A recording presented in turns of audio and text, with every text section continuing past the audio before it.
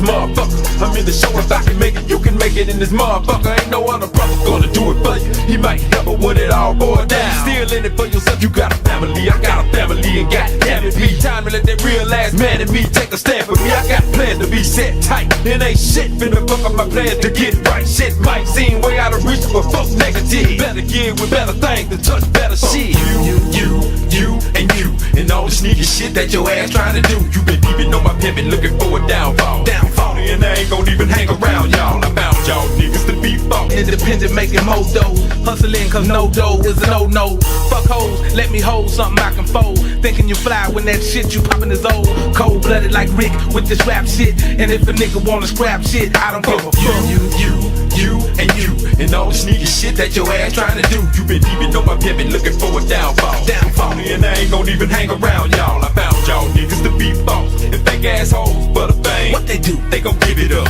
Put your hand in my shit, I breaks it off. A-Ball, yeah. MJG, we don't give a fuck. I got that pimp shit you wanna roll with. Stay in control, stay on your toes with. Never fold with, behold with. Black on the hose with. Eat lunch, change clothes. Been rolling on Voline to the side, fold doors with plenty of tint. I got my windows black in. Soon as you ride clean, you let them haters back in. Bitches be acting like soap opera. Fuck you hoes, go and see you a dope doctor. Shit that you tryin', baby, I'm already done with it. You be the fifth, I be the motherfucking one with it. I got my nuts, and my guts, and my heart in it. Give me a crack and see if I don't put a part in it. From the start in it, we had hard in it to win it. 30 birdies, straight love like tennis. Rhyme minutes, finish all point shavers. Bump and grind until we make our shit major. Until then, you can hit me on the pager. 1-800 Big Ball Hip Hop Savior. Remember that, and we gon' keep it on the cool. Smoking act a fool and take rookies to school.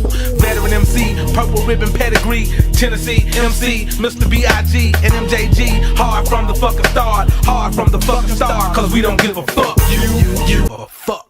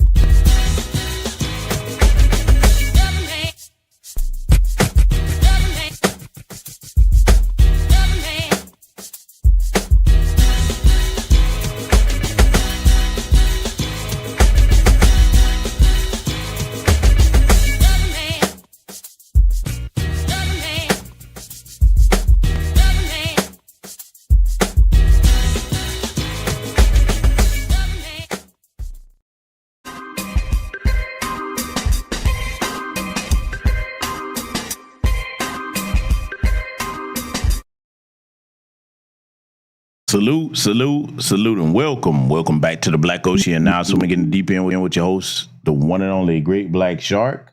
Let me know if you can hear me loud and clear in the chat room, ladies and gentlemen. Let me know if you can hear me loud and clear in the chat room. Right, you might have to refresh tonight because, hey, listen, this is gonna be one that they definitely gonna want to actually mess with. So I'm gonna wait for a black fist and a thumbs up, get confirmation that you can all hear me loud and clear in the chat room.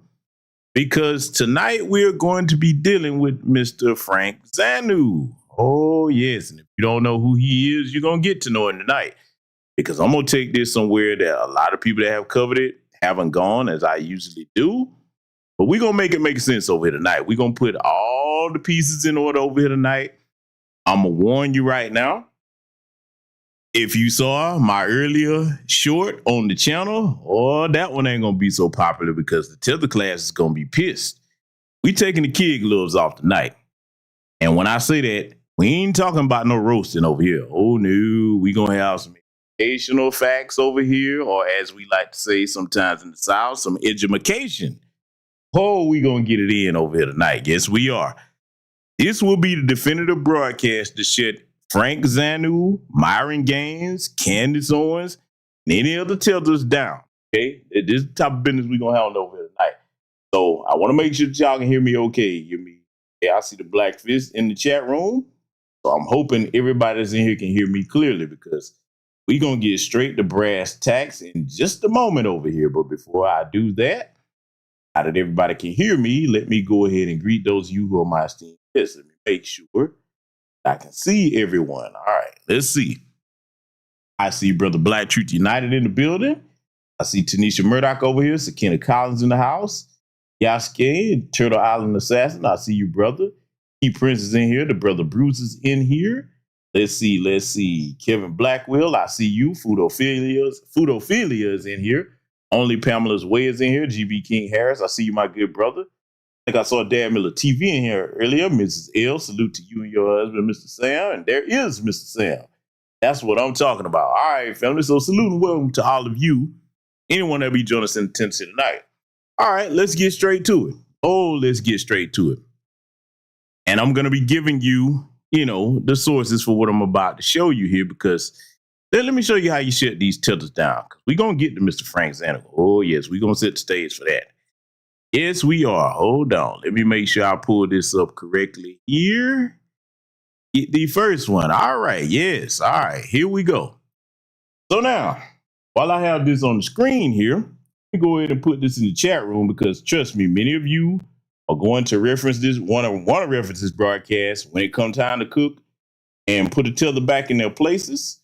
So I'm going to put this link to what you're about to see here on the screen in the chat about 3 times, okay?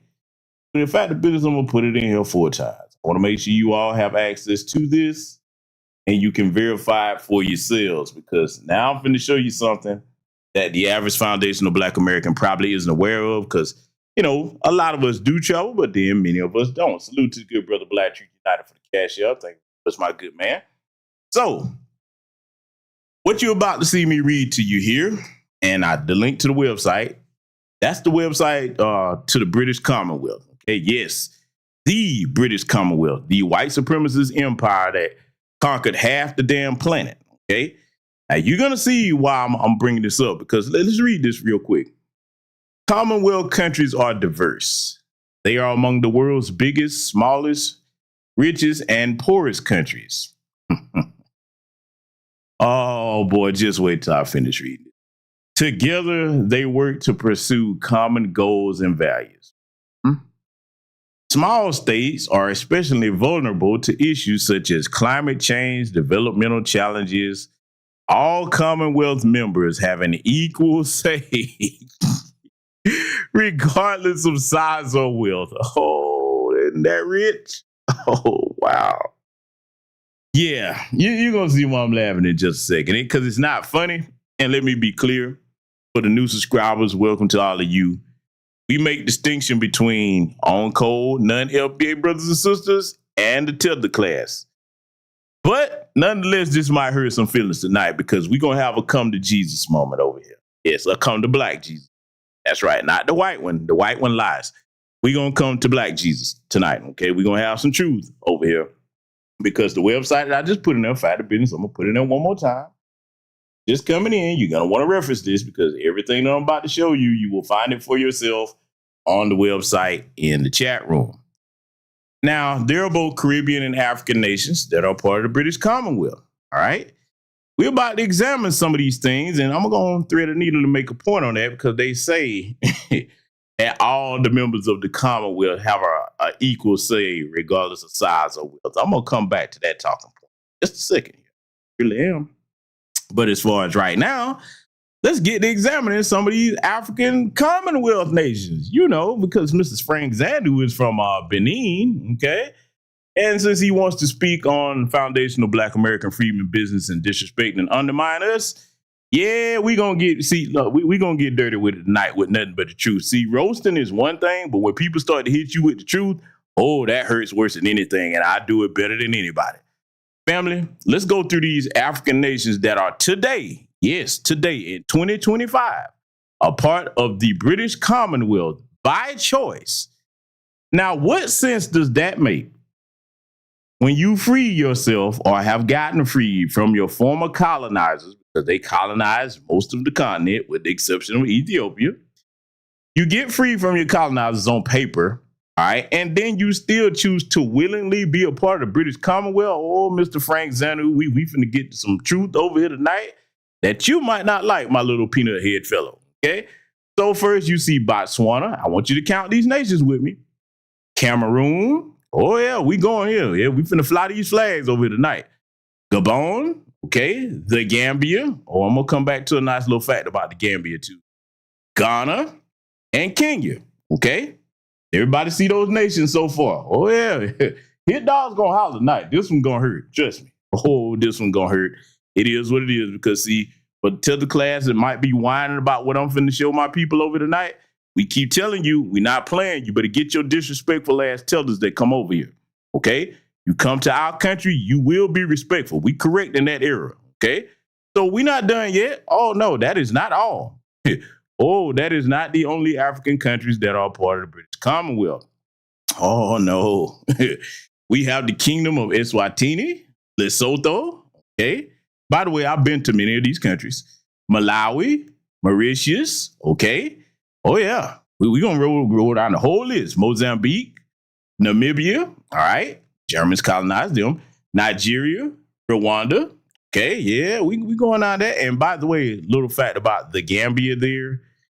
Yeah, since they want to talk, all the tellers got to get it. All right. In the Gambia, I actually do feel very bad for their children because their children are actually being sold to white pedophiles. They come over there. Oh, yeah, we're going to tell all the truth over here tonight. Yes, we are. Even worse than that. This is why I have no respect for the Tether class men. I told you, the kid gloves coming out tonight. See, when it hit my desk and I have to address it, I don't sugarcoat a goddamn thing. Let me tell you something. For you Tether class pussies, you can't put yourself in the same category of manhood as foundational Black American freedmen that if we choose to go vacation somewhere and come back, we don't run away from our wife and children. We come back home. Let me tell you how sorry some of these worthless ass Tether class men from the Gambia are. Not only will they sell their kids, because you know we don't have no open pedophile culture in foundational Black American Freedmen Society where you can go ask to buy somebody a kid. We wish you would. Over there, you can go kid hunt. Yeah, especially the white folks that come in under the guise of the NGOs and the so-called Christian missionaries. Yeah, right. Not only do they sell their kids, you know you can make these guys an offer for their wives. Oh, yes, you can. Oh, they can't tell me. I'm telling you what I know, not what I think. You understand? I told you. We not bullshitting tonight. Yeah, we finna get all this Tether shit straightened out. But see, I try not to punch down. But when you have the Franck Zanus running around here, yeah, man, everybody got to get a taste, man. So we not done yet, though. Oh, because I'm going to come back to a lot of fun facts here in a minute, all right? So I want to make sure all y'all saw those countries because we not done. Oh, no, we got to get to this next batch of African nations that are in 2025 willingly a part of your former colonizer. The Seychelles, beautiful place, by the way. Been to the Seychelles off the coast of Africa there, all right? Sierra Leone, all right? South Africa. Oh, looking at you, South Africa. Yep. Oh, yeah. See, they don't want me to talk about this, but I'm going to do it. Togo. Very beautiful women there, by the way. Cool people. All right. You got Uganda. Again, love Uganda. Been there. That's one of my second homes on the continent. I'm highly respected over there. I get along with the people. Beautiful women. Cool, solid brothers. You know what I'm saying? So I'm not putting everybody in these countries in the Tether class. We just talking about the ones that come over here and be disrespectful. We got to put back in their faces where they're fleeing from, okay? The United Republic of Tanzania, again, mostly Islamic country, very beautiful women over there. And Zambia. Oh, Zambia. Let me tell you what's so bad about Zambia, okay? Because, see, you talking to a man that has been to the greater majority of these countries that I'm showing you here and several that I haven't. Because all the nations I just showed you so far, those are the ones that are part of the British Commonwealth today. Let me tell you something about Zambia, family. They're getting a double dose of neo-colonization, okay? Now, why am I saying that? One, they're sitting up here willingly a part of the British Commonwealth. It goes to show you that I'm putting that on the fault of their incompetent leaders. It's not the people's fault, okay? People, it's not their fault. Their incompetent leaders think that makes them extensions of the British crown. See, I'm going to thread several needles over here tonight. Family, before I finish telling you about the Zambia, remember when that demonic bag of dog shit and may it rest in piss forever, so-called Queen Elizabeth died and all these tethers was crying and hopping up and down? You probably asked yourself, why was that? Well, because many of them that are in these countries that are a part of the Commonwealth, and that includes the Caribbean ones, They think they're extensions and subjects of the British Crown. Now, when we tell you that colonization did a far worse number on them than us, now you see why. Oh, it's making sense now. Oh, we ain't done. Let me get back to Zambia. They're getting a double dose of neo-colonization because they're part of the British Commonwealth today in 2025. All these countries I showed you are. You can verify for yourself with the website. Anybody needs me to put the link back in the chat, I will be happy to do so. The other dose of colonization they're getting, let me tell you a little fun fact about them. The Chinese own the greater majority of the copper reserves down there. Because, see, I know in each of these countries that I showed you, I know where the minerals are, what minerals they have an abundance of. China owns the greater majority of the copper mines, and what they don't own, the East Indians own. Yeah. They got it locked up to the point where they telling them where they can't go, what they not going to have, and you think they sharing any of the profits from them copper mines with their people? Nope. Not at all. You know how that got that way? Let me tell you something else about Zambia. It had, at one point in time, a guy named Guy Scott. Yes, his name was Guy Scott. He was a white vice president of the country. Yeah, electing white people to be presidents in African nations where they're majority. That's what's going on. So, you know, you got people like that come in and they make little deals with Chinese and East Indians, and then, you know, they get you to sign over your national assets, which no intelligent country does. And you damn sure don't put your country's national assets up as collateral for no damn loans, okay? But they've done it. So I'm gonna be honest with you, man. The only way Zambia is going to get back control of their natural resources, they're going to have to go to war for that. They're going to have to go to war for that. Because at this point, you've legally given it over to them. It ain't like they swindled it. Your greedy ass sellout leaders said, fuck the next generation. I don't care about anybody else but me as long as my pockets align, me and my tribe and clan, and the rest of y'all can go to hell. Let me tell you another little fun fact about a lot of these African leaders of these countries that I've shown you. See, I'm finna hurt Franck Zanu's feelings tonight. Family, do you know that the majority of them, they don't even stay in the country for the majority of the time that they're in power? And they damn sure don't get medical treatment in these countries because they won't take the money. In fact, the business, let me put something else in here. I want to make sense of everything I'm saying. They don't even stay in the country get medical treatment because they won't build up modern medical facilities so that they have the ability to do that. No, they steal all the money. So in conjunction with, you know, the Commonwealth website that I put in there, we're going to give you the old golden oldie over here, foreignassistance.gov, the golden oldie. Now, what I want you to do, when you look on that site there, the British Commonwealth, with these nations that I'm showing you, I want you to cross-reference each one of those nations on foreignassistance.gov, and you see how much money from the United States they get of our tax dollars. Okay, that's puppet bribe money. That's all that is. All right. See, the puppet leaders pocket that money that's being given out of our taxes over there to make them bow down to Western powers. They pocket the money and they say, fuck the people. Like that's supposed to be foreign aid, but trust me, very few of the people see even a crumb of that. They might do a little something here or there, but the rest of that goes right into them crooked or corrupt leaders' pockets. That's just how bad it is, okay? So I want you to cross-reference that when you get time because it's going to make a lot of sense. Everything else I'm about to show you here, okay? So now that I've got you up to speed on that, and you see how embarrassing that is when any of these tethers that come from any nation on the list that I showed you that are part of the British Commonwealth today, that goes for the Caribbean tethers as well. Now you see how they don't have room to talk. Because think about it. Let me ask my audience a question before we get on into the further meat discuss here. Is there anybody in my chat room that thinks it makes sense when you have your independence and you trying to run your nation, you're the majority in the nation, your leadership is all your own people? Does anybody think it makes sense to be a part of the British Commonwealth, your former colonizer? I'll wait. I want somebody to make an intelligent argument. I am not being facetious. Can somebody give me an intelligent answer as far as being a part of your former colonizer? I want to hear this.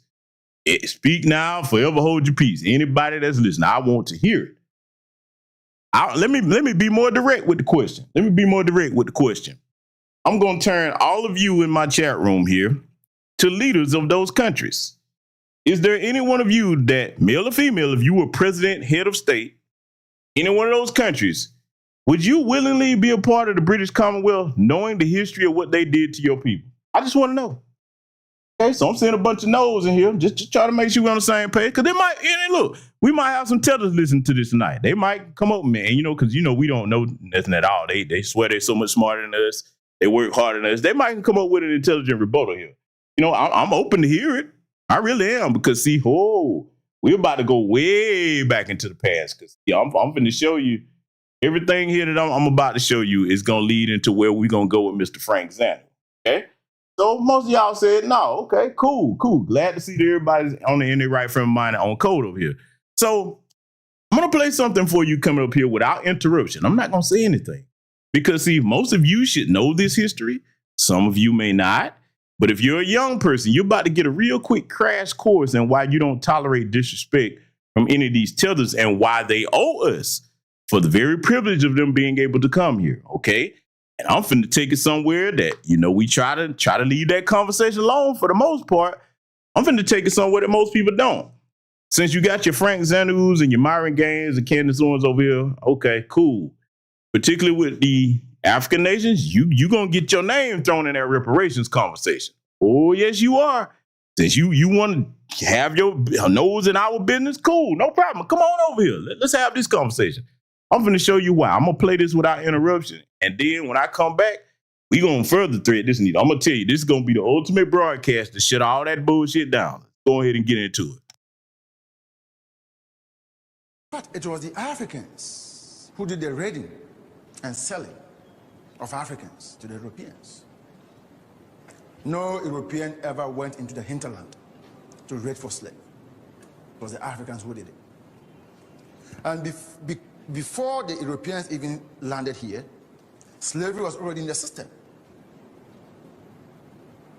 It was slaves that worked in the palaces for the kings. The Europeans came to Africa in the 15th century. And when they arrived, they found a well-knit political system in Africa. They also found that there was a well-established economic system in terms of trading and so on. And so they recognized who the Africans were.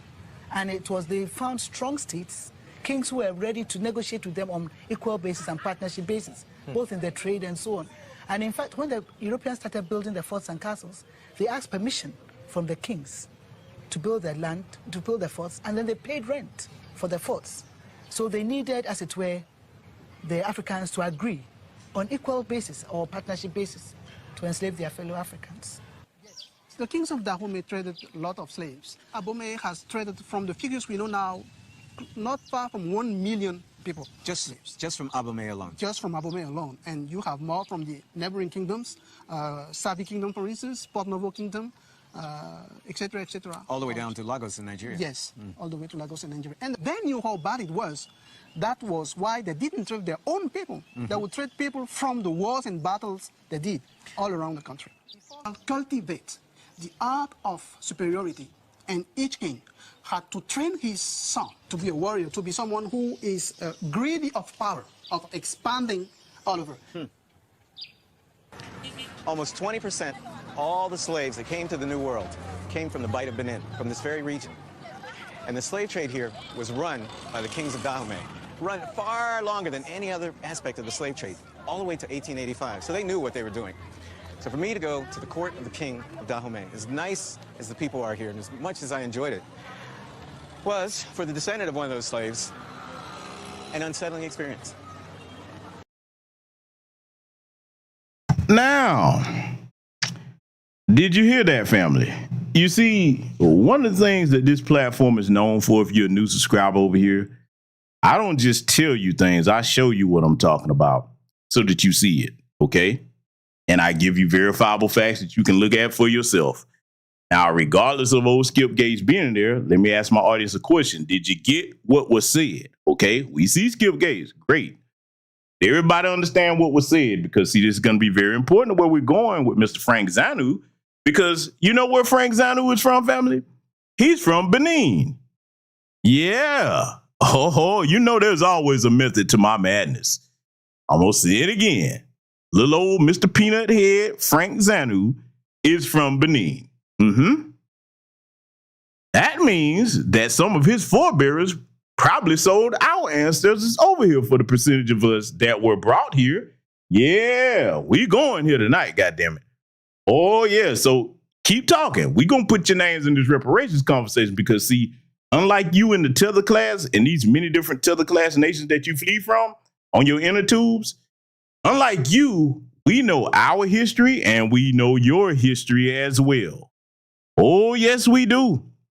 See, we don't sit back and wait on white people to educate us. Oh, that's not how my lineage gets down. Our foundational Black American freedmen, nor do our own code none FBA brothers and sisters that are not going to be offended by this broadcast. We're not talking about them. We're talking about the Tether class. So keep that in your back pocket for, Mr. Franck Zanu, because we're going to get to him. But see, before we do, now I have to take this to something else. What you see on your screen here, I have what white America thinks of tethers, okay? Because now we finna deal with that portion of the continental African tethers, and it applies to the Caribbeans as well, the Caribbean tether class. You know how they talk about how much harder than us they work and how much smarter they are, and they're better and they're more educated, all these values they have. Well, don't take it from me. I'm gonna let you hear what one of the arch fiend white supremacists actually thought of their people, okay? I'm gonna play this without interruption. Trust me, I'm setting this up like this for a reason, because I'm telling y'all, this is gonna be the broadcast many of you are gonna want to use to put them back in their place. We're gonna make everything make sense over here tonight. Yeah, we took it way on back to October 1971. That, ladies and gentlemen, was a phone call between Ronald Wilson Reagan. Yes, all three of his name have 6 letters. And go figure. And Richard, I am not a crook Nixon. See, let me talk to you tethers for a minute. Not the white men have talked to you even from beyond the grave. You don't understand how these people talk about you when you're not around. And then when they talk about my people when you are around, this is what your dumbasses don't realize. They're talking about you too. See, let me go ahead and drill this needle further home because I know the tether class is very slow. What I'm saying to you, tether class, because I know many of you, it's going to be hard for you to grasp this, so I'm going to speak very slowly, and I'm going to make it as plain as possible. If you don't catch it, you just don't catch it. Even when they're in your presence and they're talking about us, you have to know that those sentiments that you heard, that's not just the sentiments of Ronald Reagan and Nixon at the time when they were living. They were speaking the sentiments that most white people speak when they're in rooms by themselves. If you think back a couple of broadcasts I did a while ago, family, you saw how I showed you what those anti-black racists and law enforcement say when black folks are not in the room. Even when they're dealing with each other, they always find a way to throw black people in. See, we know this. We know this. We're under no illusion. They can't come to foundational Black American freedmen and tell us how much better and smarter than we are, because we're like, man, if you don't get the fuck out my face, we don't trust either one of you, okay? That's where we at with it. Oh, I told y'all, we gonna hurt some feelings over tonight with nothing but the truth, okay? So now I've let the white men talk to them because, they don't listen to black people, so I had to let the white folks talk to them. Now we're going to get into something else here, okay? Because, see, now we have to show you why, if you're a part of the tether class, you should be more concerned about home because, again, I'm going to play a greater majority of this without interrupting, and I think it's going to make the case for why you need to be focused on what you need to be doing over there, because everything I'm going to show you, it is not germane to foundational Black American freedmen nor non-FBA people with their right frame of mind. You know what I'm saying? Intact, okay? Yeah, so I'm going to play this real quick, and trust me, I'm doing all this for a reason, because we going to get to Mr. Franck Zanu. We getting there. Let this play. You're the light, you're the night, you're the color of my blood. You're the cure, you're the pain, you're the only thing I want to touch. Never knew that it could mean so much, so much. You're the fear, I don't care, cause I've never been so high. Follow me through the dark, let me take you past the satellites. You can see the world you brought to life, to life. So love me like you do, la la, love me like you do. Love me like you do, la touch me like you do. Touch me like you do. What are you waiting for? Fading in, fading out, on the edge of paradise. Every inch of your skin is a holy grail I've gotta find. Only you can set my heart on fire, on fire. Yeah, I'll let you set the pace, 'cause I'm not thinking straight. My head's spinning around, I can't see clear no more. What are you waiting for? Love me like you do, love me like you do, like you do, me like you do, love me like you do, touch me like you do, touch me like you do. What are you waiting for? Love me like you do, love me like you do, like you do, me like you do. Eyebrows for his Oh, thank you. Thank you. Let me try them. Let me see if they're any good. Very good. Very good. You did a good job. Thank you. Help us. Without your hand, we are nothing. Without the white people, without a white man, there is no life. Africa to be Africa, it must be Europe. Go see how South Africa looks like today. The white people built it, South Africa. Beautiful South Africa, just because of you white people. You are a great kingdom. You were blessed by God to be who you are today. God blessed you. You are a fighting hand. Thank you, I love you. I want to be somewhere. You go connect me with the black world in America. My dream is to become a psychologist, and I want to marry a white man. And live in Constantia. I want to live with my husband and my 2 daughters. It again. Have you seen the latest videos of DC? The sidewalks are spotless, no trash on the streets, no crowds of people stumbling around. It is peaceful, clean, and honestly, it is refreshing. The locals seem happy. So far, I haven't seen a single video of a resident complaining. The only ones upset are people who don't even live there and just hate Trump. At the end of the day, everyone deserves to feel safe in their own community. Na tunasema mji wetu lazima ukombolewe. Ni tangazo, tangazo, tangazo tulio ni hili ya kwamba Yesu ameingia kiseriani na yote tunawalika.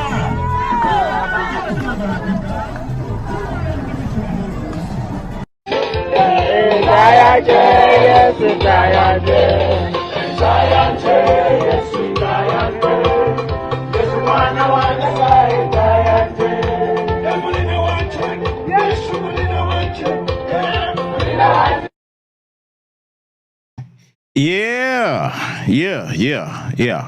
That's right. See, family, y'all know that I've said this for many years. The one thing you don't ever want me to do is focus on you. And I'm focused on you now, Mr. Franck Zanu, because we're going to get to him. We're going to get to him. Let me explain something. I showed you all that for a reason without making any interruptions, because I want you to understand why I showed you all of those African nations that are part of the British Commonwealth today. You see, the only way that any of their leadership or any of their people would want to think that they're subjects of the British crown is if they are mentally colonized. Let me tell you something about warfare. When it comes to occupying with the military in the physical sense, sure, you can do that. However, that's not something you want to do long term. No. I want to tell you why. Because the closer and the longer you're in proximity to whatever country or people that you're occupying, that gives them time to study your troops and start to learn countermeasures against you. So during your time of physical colonization, you need to capture those hearts and minds. Why do you think the United States is always using that phrase? Oh, yeah, we going here. And I don't care if the white supremacists get mad. I'm a retired combat veteran. I know exactly what I'm talking about. That hearts and minds phrase, that's exactly what that means. You need to understand that if I colonize your mind and make you dependent on me, if I get you to the point that you think that I'm superior than you, that you need to be a part of me, I don't have to physically occupy you anymore. We can leave. Case in point. Oh, we're going to talk this talk over here tonight. What do you think happened with King Leopold when he went, to conquer the Congo? He didn't ever physically go there at all. He didn't. He sent his representatives there, and it was a part of, what he had going on, but he didn't have to go there. He just sent representatives to colonize them. And we know the atrocities they committed against the Congolese people and their children, chopping their hands off, they didn't meet rubber tree quotas and all of that, okay? So now, that's just a small portion of the atrocities that happened. What the Germans did to the Namibians, I'm very aware of that. The whole Rwandan genocide, you know who kicked that off? You know who instigated that between them two and sold weapons to both sides? White folks. Yeah. Oh, don't believe me? Look up history. Yeah, we going here tonight. So I'm bringing up those few things to let you know that when your mind is mentally gone, for all the people, let me talk to my lineage over here, you so-called Pan-Africanists. Again, the concept itself is good. It's a good concept. It should be that way. But for those of you that call yourselves Pan-Africanists or my lineage, and you can do whatever you want, I'm just going to state a cold, hard fact and let the chips fall where they may. But those of you calling yourself Pan-Africanists and you've never been to any African nation, to understand that not all, but a lot of the people are this far gone to the point where in the 20th and 21st century, a white man can dress up as Jesus and they really think it's him? What the fuck you think you're going to build with that? I'm asking the question. First of all, it's silly to call yourself a Pan-Africanist if you've never been to any African country and spent any length of time there, at least go back and forth. But let's just say you did. What the fuck you think you're going to build with that? Family, don't you understand that in recent times, think what was it, earlier this year or last year, there was a brother went over there trying to tell them that, hey, Jesus wasn't a white man. Oh, they was ready to kill him. You understand me? You do not understand how far gone the Tether class in their nations are. Okay? Now, this does not represent all continental African brothers and sisters over there. That's not what I'm saying. But it is enough for it to be visible as I'm showing you. Okay?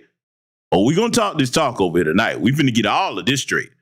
All right? Because I've sat back long enough and listened to that disrespect, and now we finna check it. See, this is how I get down when I do it. Okay?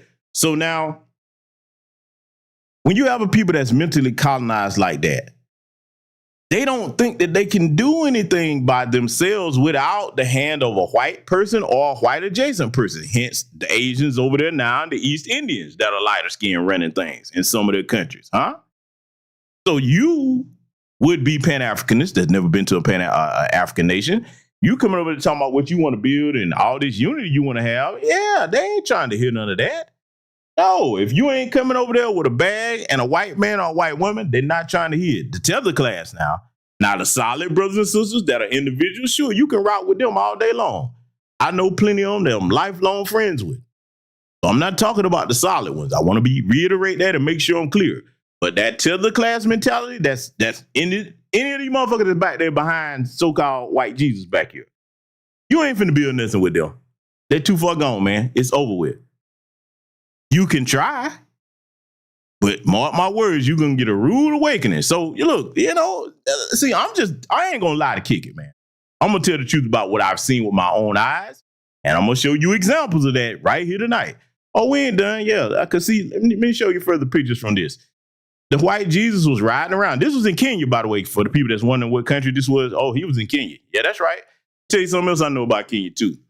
A segment of the Tether winches over there, the Kenyan bed winches, they throw white man only parties. Oh, yeah, they do. Oh, yes, they do. Yes, they do. You remember last broadcast I was talking? I told you a buddy of mine was telling me about, hey, man, look, stuff he was telling me I wasn't believing it. He was like, no, just come with me and I'm going to ask some questions. You just be quiet and you'll hear for yourself. That's where I was when I had that experience in Kenya. I didn't really want to see it, but tonight we're going to go here, goddammit. And I'm sitting here like, floored. Mind just blown, bro. This was years ago now. And again, it's not to say all of them are like that, but you have it over there. See, this is stuff they don't want to talk about. Let me tell you something else, man. A lot of you brothers that have never been to certain African countries, you will see some of the most drop-dead gorgeous women on the planet Earth. I'm just going to say it like it is. You know what else you'll see? You'll see some 70, 60-something-year-old white man, old to be damned, and be right over there pulling them because they think he got money. They think all the white people are rich. They do. That Tether class mindset, okay? Yeah, we gonna go here tonight. So while they had white Jesus riding around and they were just following the car, falling out, crying and stuff. See, look, for anybody that's got a problem with what I'm showing so far, I'm actually being kind. I could show the other footage of this where they were crying and all at his feet, trying to kiss his feet and shit. Oh, I got that footage too. But you know what? I ain't gonna even do that to you. Oh no, we gonna show some still shots because I've shown you enough. He was posing with the military. Now, let me tell you why this is a really big problem when you have this going on, okay? Ladies and gentlemen, let me ask you a question because as a retired combat veteran myself, I can speak on this. Being a retired soldier, has seen active combat many times. Family, do you understand what a disturbing image this is right here? If you're a president, if you're the people of this nation, okay? And you got your military men posing with white Jesus. Do you know what? A picture is worth 1,000 words, as they say. You understand? Do you know what that communicates to the people, especially the children and the women of your nation? You got a fake white Jesus up here, and they just too happy to be damned to be still. Well, one of the guys, he up there cheesing. The other guy got his eyes closed. Hopefully he's like, oh my God, they forced me to do this. But I doubt it. Just think of the optics of that, Let me put it to you again. Let me turn all of you into heads of state of an African nation. Let me ask you a question. If you were the head of state of an African country, would you want this image to be shown to your people? Do you think this communicates strength or that you in charge when you got a white Jesus over here and he's posing with the safeguard of your country, your military men? Does anybody think that this is a good look or am I reaching? Let me know. Because I don't know it all. I don't. I know what I've seen though. Somebody talk to me. Would it be a good look to do this? You better understand the importance of imagery and how that can be used to ingrain and indoctrinate propaganda into people. You understand? But see, you tell us, oh no, you know what I'm saying? I'm not white, so it don't count. Oh, but it's going to count in a minute. Oh, it's going to count in a minute because we finna go somewhere, family. We finna get here. Let me tell you something. We finna start with clip one of Mr. Franck Zanu, okay? So now, unless you've been on the rock, you've heard the disrespectful comments he's been making because a lot of them think that it's the thing to do to jump on, Foundation of Black American Freedmen. But see, I'm going to tell you why you're not built for that fight, Tellers. I'm talking to all of you, no matter which country you're from. You cry about being called names in your childhood. You really want this smoke with grown foundational Black American freedmen women at this juncture in our history when we've never been on Cold War ever in our history across generations? Let me talk to you for a minute before I play this about Mr. Franck Zanu, because I'm playing it for a reason. It's going to make a point. You damn sure don't want no smoke with Gen Z, okay? You don't want that. They love to make a joke out your motherfucking ass, okay? You don't want that smoke with them. The millennials, they might kind of let you make it for a little bit, but when they get on your ass, you gonna feel it. And last but not least, you don't want no problems with those of us who are Gen Xers, who you think taught the younger generations how to be rebellious. They got it from us. We were the motherfucking blueprint. You understand? Let me tell you what Gen X is known for, Tether class, because you might not know this about us since you're not really from here. We was known as the we don't give a fuck generation, okay? We don't. Fuck your feelings and all that. You better look at the time period that we grew up in. We grew up in a time period where TV wasn't politically correct. Hey, man, where my fellow Gen X is at in here? Am I lying? Am I exaggerating? Are we not the I don't give a fuck generation as far as your fucking feelings are concerned? A lot of people like, he's always cursing. Yes, damn it, I'm a sailor. And I can get on an upper collegiate level with language if I need to or if I want to. Y'all heard me do that a million times. So out the window with that whole guy, you cursing has a short vocabulary. Bullshit. The devil is a lie. All my day ones know better than that. I curse because I choose to, damn it. And I'll keep cursing as long as I fucking feel like it. But my generation knows that I don't give a fuck about your feelings generation. We don't care less about that. So if you're around those of us who are Gen Xers, man, and you, boy, you were crying about stuff in your childhood. Now we all grown. Oh, don't do it, Giblet. But see, I'm going to show you something here, because one of the things you got to understand about people that are designated and classified as haters, your haters are your biggest admirers, okay? I know that sounds like an oxymoron, but I'm going to prove it with Mr. Franck Zanu, okay? So I want you to see where the source of all this Tether class envy comes from, okay? I'm going to let him tell you. I don't want you to hear from me. I'm going to let him speak. Too many times that African Americans believe that we Africans look down upon them when we come to this country, and we think we're better than them. It's false. When we were young in Africa, we worshipped African Americans. Yes. We changed our names to African Americans. My friends in school were called Jim Brown, Black Moses. I was called Superfly. Okay. Yes. Go King. Blacks in Africa, the barbershop, we go to barbershop until blacks started wearing afro, and we stopped and we started wearing afro. Really? We blacks hated our own fabric, the dashiki, until African Americans made it popular in the 70s, and we all started wearing it back. As a case, I had his albums. We've watched all the movies. Kool-Aid High, TNT Jackson, A Hell Up in Harlem, Detroit 9000, Truck Turner, you name it. And then we go home and we're trying to practice how they speak and all that. That was when we were in Africa. Ask any African who went through the 60s and 70s. They'll tell you, oh, we loved them. Maya Angelou moved to Ghana, and she was like a sister. 14 years she lived in Ghana. Her son had an accident and broke his leg and arm in Ghana. African Americans are telling me in my comments, because I'm not from here, I don't have the right to speak about them.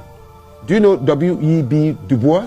Do you know where he died? He died in Ghana, was buried in Ghana, and Nkrumah built a center for Pan-African studies. He came to Africa, the first black PhD holder from Harvard, W.E.B. He came to Ghana, Africa, to tell us that our best way is to be Pan-Africanist. We listened to him. We didn't tell him, who are you to come from the United States and tell us what to do? There's a guy called Kwame Ture. He was formerly called Stokely Carmichael. He's the one who came up with Black Power, Black Power. Do you know where he is right now? In Guinea, in Africa, with pistols on his hip. When you go into my comments, African Americans are saying, I don't know anything about them. Hear me. Know you, the African Americans, more than you know yourself. Why? Because I am coming from the place where they brought you from. So when I got here and I looked at you, I see too much of us in you, and that's why we stay away from you. Oh, you know I'm about to cook, right? I let him get that off without interruption, because now I'm about to cook. Oh, yes, I am. Yes, I am. Salute to the good brother Latravia Lawson for the cash app. Thank you very much, my good man. Oh, it's time to cook. Let's get down to brass tacks, shall we? First of all, one of the things that really irks me is when goofballs like little peanut head Franck Zanu sit up in front of us and start asking us, do we know about our own scholars and icons? We know who W.E.B. Du Bois was. We know who Stokely Carmichael was, and no, Stokely Carmichael did not invent Black Power, the phrase, nor throwing his hand up. He got that from a foundational Black American brother. Okay? See, let me go ahead and deal with that talking point.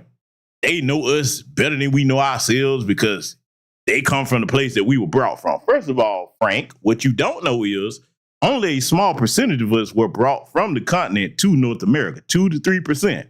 The greater majority was shipped down to the Caribbean nations, okay? That's where the greater majority of Black people were. This is why outside of the continent of Africa, Brazil has the highest number of Black people that you'll find anywhere on the planet, okay? So let's just go ahead and get that straight.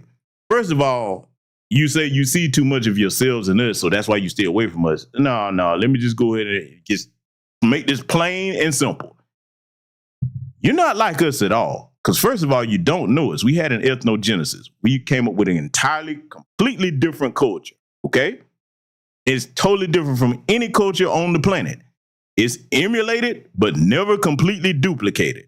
Because even when you see people, and I've traveled around this damn planet, even when you see people emulating us, they don't understand the nuances of where these things come from. Even when they use our slang, they use it all out of context to the point that it's awkward. They do it because it's a trendy thing. It's not because they understand our unique experience because they didn't go through it. So we're not the same. The other reason we're not the same, I got to go here. We don't worship white folks. We're not impressed being around them. The greater majority of us don't sell our people out just for interracial sexual access. Only a small percentage of bed wenches and bed bugs are foundational Black Americans. Okay? Only a small percentage compared to your people. The other reason that we not like you, we don't up and run from our countries and never come back. Oh, yeah, we're going to talk about this. Yes, we are. Talking about you know us better than we know ourselves. The hell you preach. See, I let him talk, family, because like I said, most haters, that comes from a place of envy. These people are called tethers for a reason. You heard him out of his own mouth. They want to be us. You heard him. He wasn't lying about that. Yes, a lot of them wish they look, whether they want to admit it or not, I'm going to show you how you know I'm right. This is going to hurt some feelings. Think about it, family. If they were really proud of their own culture, they wouldn't always be hopping in our business and in our spaces. It wouldn't. We don't even be talking about them half the time. They go and jump in our space and try to get in our business offline as well, okay? Then you heard him make the most shameful comment, which is why I don't respect Franck Zanu as a man. He's a male, but he's not a man.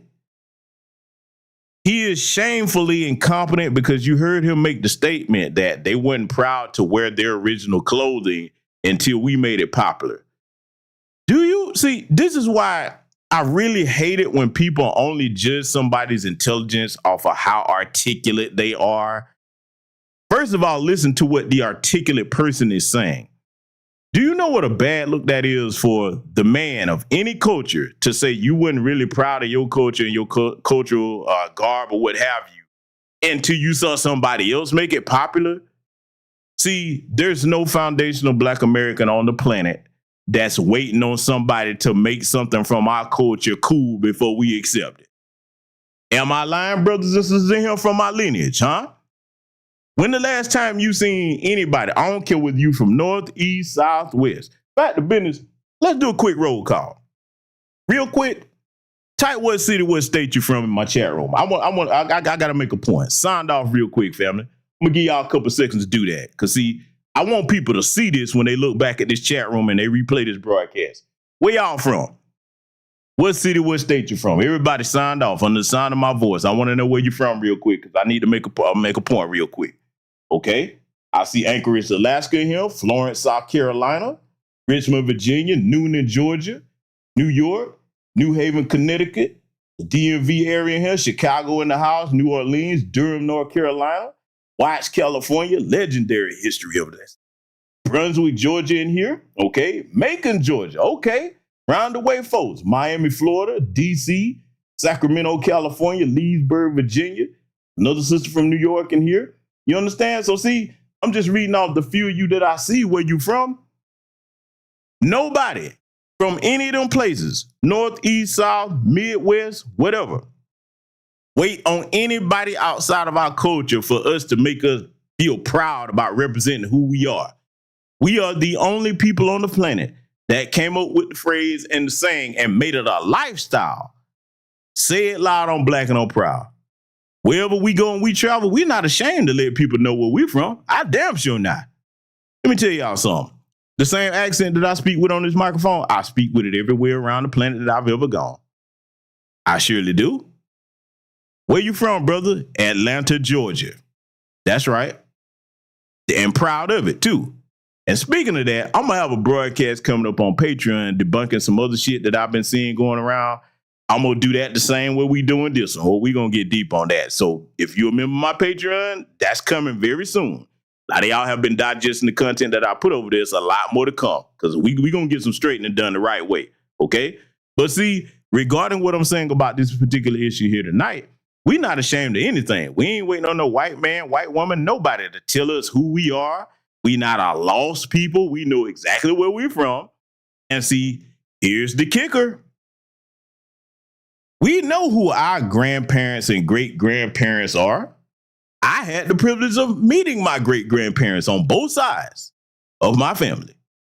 Don't you know a lot of tellers that can't do that? Don't you know a lot of tellers that have not met their great? I'm telling you now. I'm telling you, a lot of them have not met them, don't know who they are. See, when you adopt a fleeing mindset and you just used to running everywhere, there's no problem that gets solved by running from it. You only make the problem worse. And at the end of the day, if you are a man from any society and the only thing you know to do is pick up your damn Fleet Force ones and skedaddle, you're unreliable. You don't have any masculine standing to come to someone else's country and raise your voice about a damn thing. You're the equivalent of a fleeing parasite when the lights come on. That's what you are. Your every bit of survival comes from eating crumbs that fall off somebody's table because you're too weak and cowardly to go and get your own food and build your own situation where you can survive. You have to stay attached to someone like a tick. This is what the meaning of a worthless, degenerate tether is. That's right. I'm going there. Yes, I am. I told you. They're going to wish that all I did was roast over here tonight. Oh, no, we're just getting started. Trust me. See, I want you to understand that everything else I'm about to show you that Franck Zanu says, keep in mind that first clip. It comes from a place of envy, okay? This man is a descendant of slave traders because he's from Benin. Chances are he's descended from them Dahomey people or some of the other tribes over there that was helping the Dahomey because they went by themselves. Oh, no. That's a whole nother conversation for another day. I know that history very intimately. See, I'm not somebody that just was told about these things. Oh, no. I came up in a family that I was taught these things from an early age and have lived to travel to go see some of these things with my very own eyes. You understand? Yes, the origins of these things. I've been to many of these places. So just keep in mind that the greater majority of what he's saying going forward is coming from a place of envy. Because, see, when you have to fantasize about actually having courage, when you have to fantasize about what it would be like to be this group of people over here that don't flee from anybody, even though we're outnumbered. And then what really gets these motherfuckers, man, if you travel, anybody's well traveled, you can attest to what I'm about to say. The reason why they want to try to pretend to be us is because we get respect. See, a lot of people don't get it. When you leave outside this country as a Black American, you got this blue passport, you are highly respected. You are. Yes, it's going to be issues and problems. You got anti-Black racists everywhere. But for the most part, we're highly respected. Now, when they traveling and they know this, if they know that they're from an African nation, primarily, the Caribbeans get it too, but not as much. If they know they're from an African nation, Lord, don't be from Nigeria. I ain't got nothing against the brothers and sisters in Nigeria that are cool, but y'all know the reputation y'all have when y'all chat. They give them the hardest time in the world coming through airports and whatever. So let's just call it what it is. Y'all done seen the footage. Motherfuckers want to be having the Bush Meat Express going all over the damn place, packing rotten meat with maggots in it all in your fucking luggage. When the last time you seen a Foundation of Black American Freedmen do that, Mr. Franck Zanu? Huh? Yeah, we going. I told you, I'm not playing with these motherfuckers tonight. The kid gloves off. They're going to wish it was just roasting tonight because we ain't done. So just keep in mind what I showed you is coming from a place of envy because we got more to get into with Mr. Franck Zanu here. Let's get into it. You talk about white people, the founding fathers of this country were of the same uniform background, WASP, white Anglo-Saxon Protestants. They have a culture, a religion, a language, a history, and they want to protect it. This is the home of their children. This is what they build for their children, and you came in as a guest. The guest will never take over a house. Never happened. Number two. See how stupid they sound? See, you remember I've told y'all years ago about the concept of the Dunning-Kruger effect, huh? People that actually think they're smarter than they really are. That applies to most of the tether class that try to tell us about our history. First of all, you stupid bastard. White people didn't build this country. There was no America to come to until foundational Black American freedmen built it. So that's the first thing we're going to correct your ignorant ass on. Second, family, I want you to notice how he's talking here. This is going to be the most disgusting thing about this man you probably heard if you hadn't already heard this, okay? He thinks he's on the white team. See, you notice this with Myron Gaines and Candace Owens. All the tellers try to do this. They try to be the mouthpiece for white people because they think that white people are too afraid to say things or they think, oh, you're not going far enough. all you got to do is this, see this, look at what I'm doing. They really do think that. So Franck Zanu is talking as if he's explaining, because he, you know, a lot of them still think we're immigrants. Okay. Oh boy, talk about the foolishness of that. He thinks he's on the white team explaining why white people don't want us here. And he thinks that, you know what? I ain't gonna even say nothing. I'm gonna let him tell you. Pay close attention to what you're about to hear. Then I'm gonna come back. I really would support the white man, okay, for the dispossession of white, as he's saying, because you see, he's trying to protect you and I.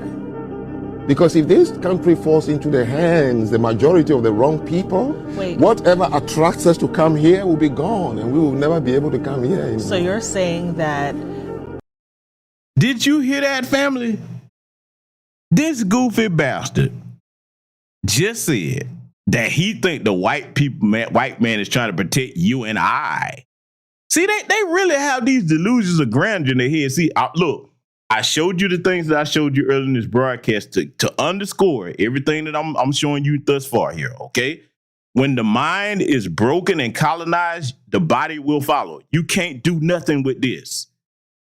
He thinks white people are protecting folks from things.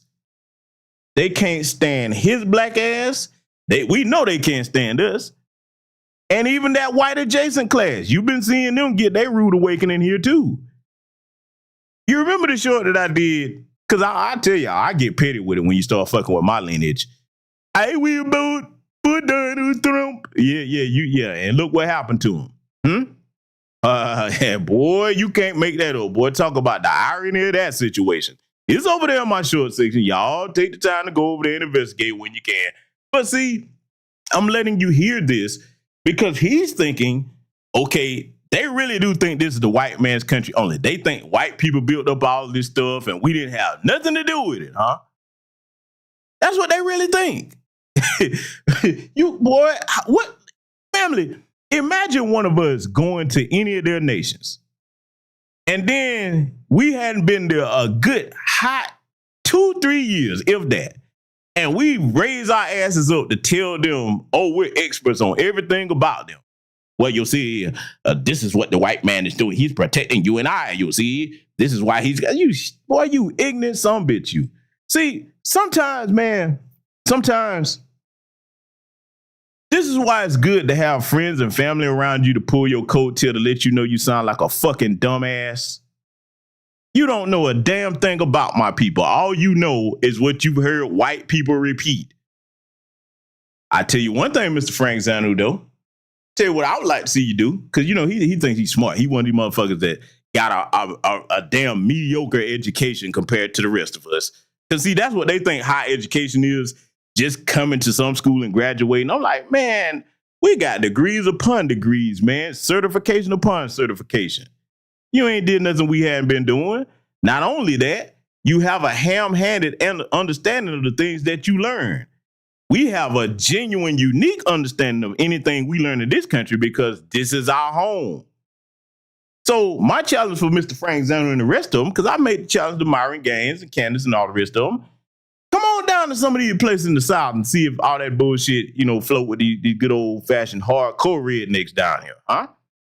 Come on down here and see if that'll get by with some of them, To show them how much you know. That's where they get the wiggle call. But see, I'm going to let it continue playing. He really thinks that he's on Team White. This is why I said this is a Tether pet mindset. These people think that they're the equivalent of the white folks' dog. Let me tell you something, Tethers. White people will never love nothing on this planet as much as they love their dogs. You can't be their new dogs. That's what they're competing for, family. They want to be the white folks' new dogs. That's what they want to be. It's not going to happen. It ain't going to happen. You ain't going to replace Fido, okay? It's not going to happen. Just let it continue. Immigrants wouldn't be able to sustain America or sustain civilization? Is that what you're saying? That we don't have the capacity to do that? Well, I'm not saying it. I'm only describing it. Have you taken a look at Haiti recently?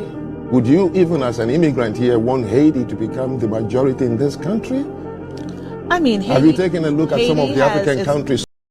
Now, I'm pausing this for a reason, because now he's going back to what you want people of Haiti to become the majority of this country.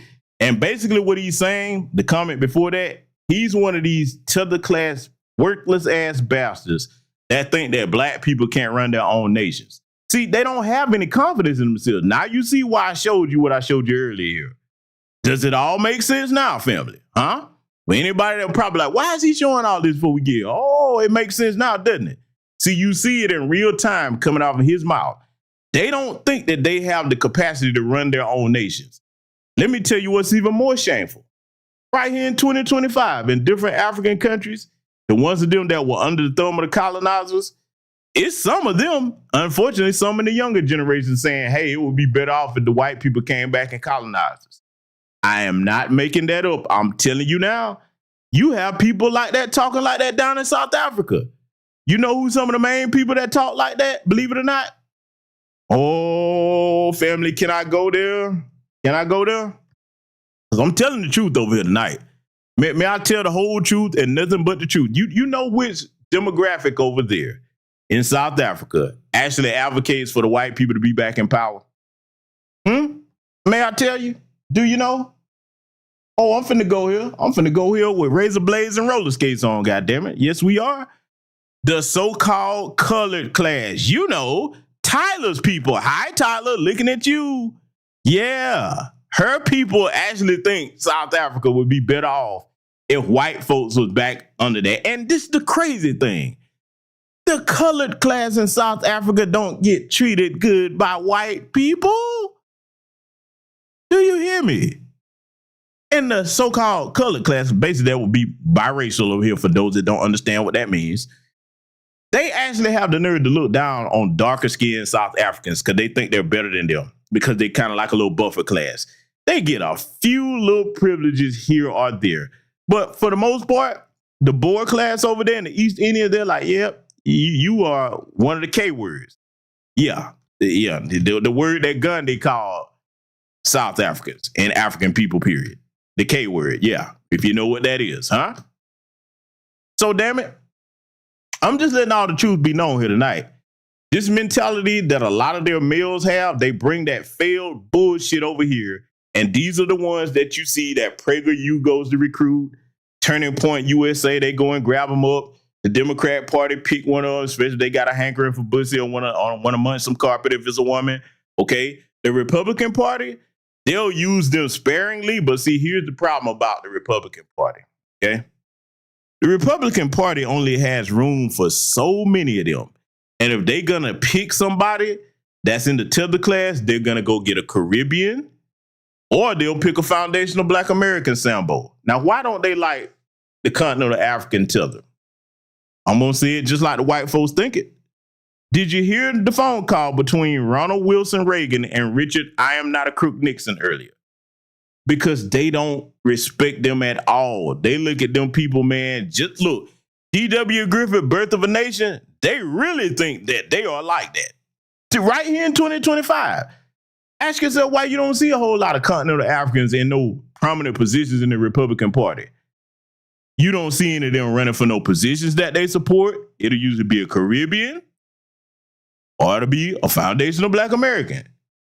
I'm saying this not to be mean-spirited. We just got to tell the truth. We got to deflate some of that air out the chest of the Franck Zanu sitting up here thinking that you're going to be the white man's pet.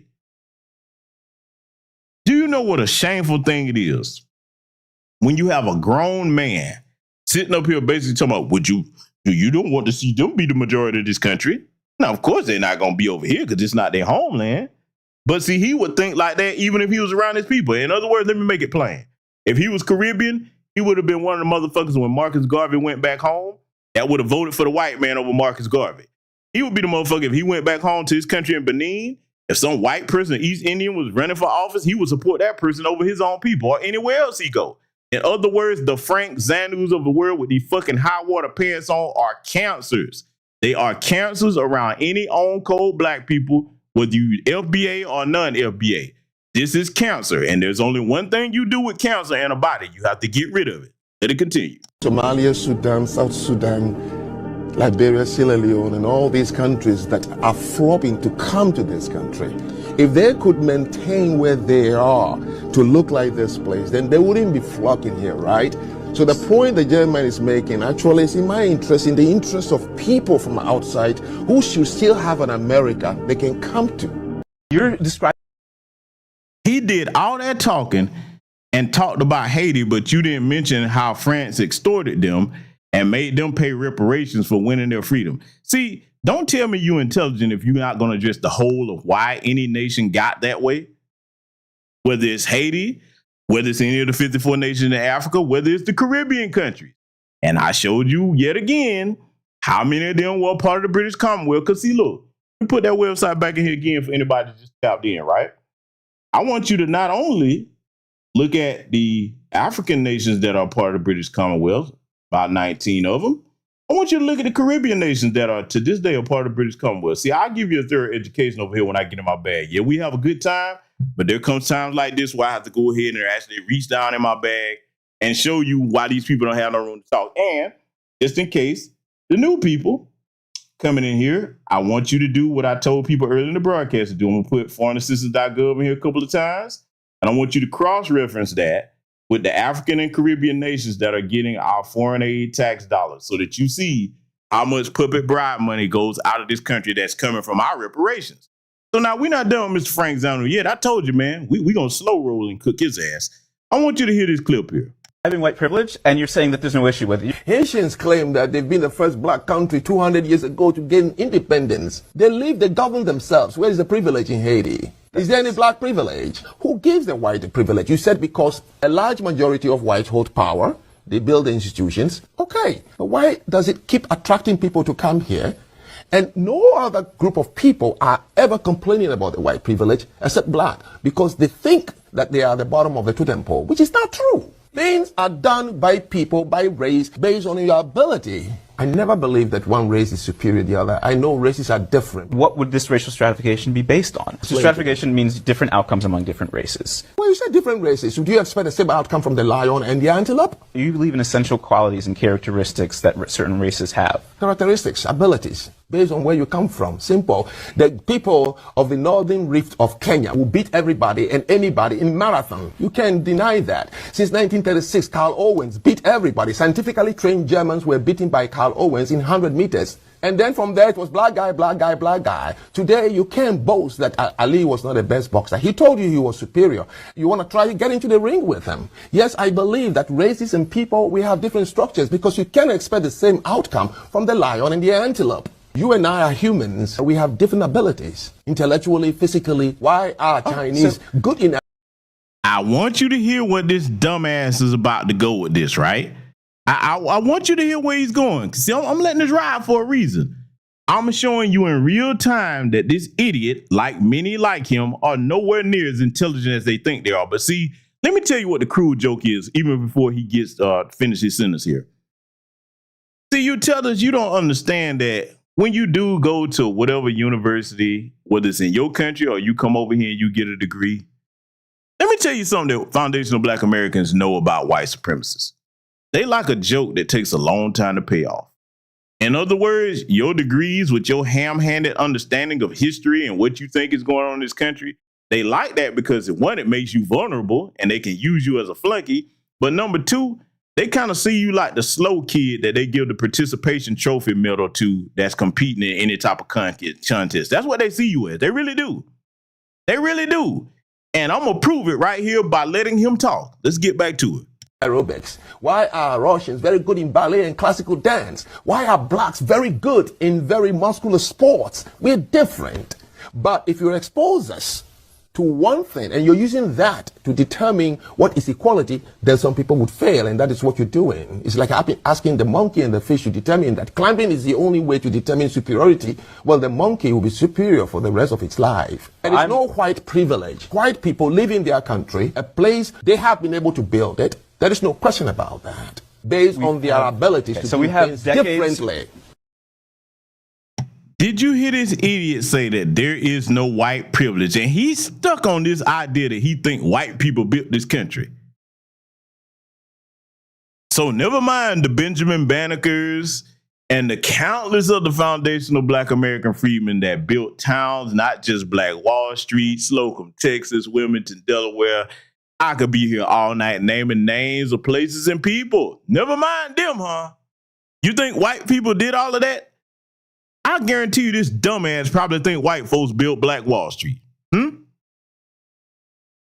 Then he's basically saying there's no white privilege. He really means there's no white supremacy. That's what he's trying to say. Okay, well, Frank, explain how Kyle Rittenhouse got off of what he did with his judge acting as his defense attorney. I've never seen anything like that in my life. Explain how Daniel Penny can choke an innocent, unarmed man and get off not guilty. Explain why Derek Chauvin thought he could murder George Floyd the way he did in cold blood when the man was face down with 3 other officers in handcuffs. Explain why they killed Breonna Taylor and they thought they was going to get away with it. Explain why they killed Tamir Rice, thought they was going to get away with it. Huh? We can keep on going. Oh, but it ain't no white privilege, huh? Ain't no white supremacy. It's just, we got different abilities. Let me tell y'all something right now.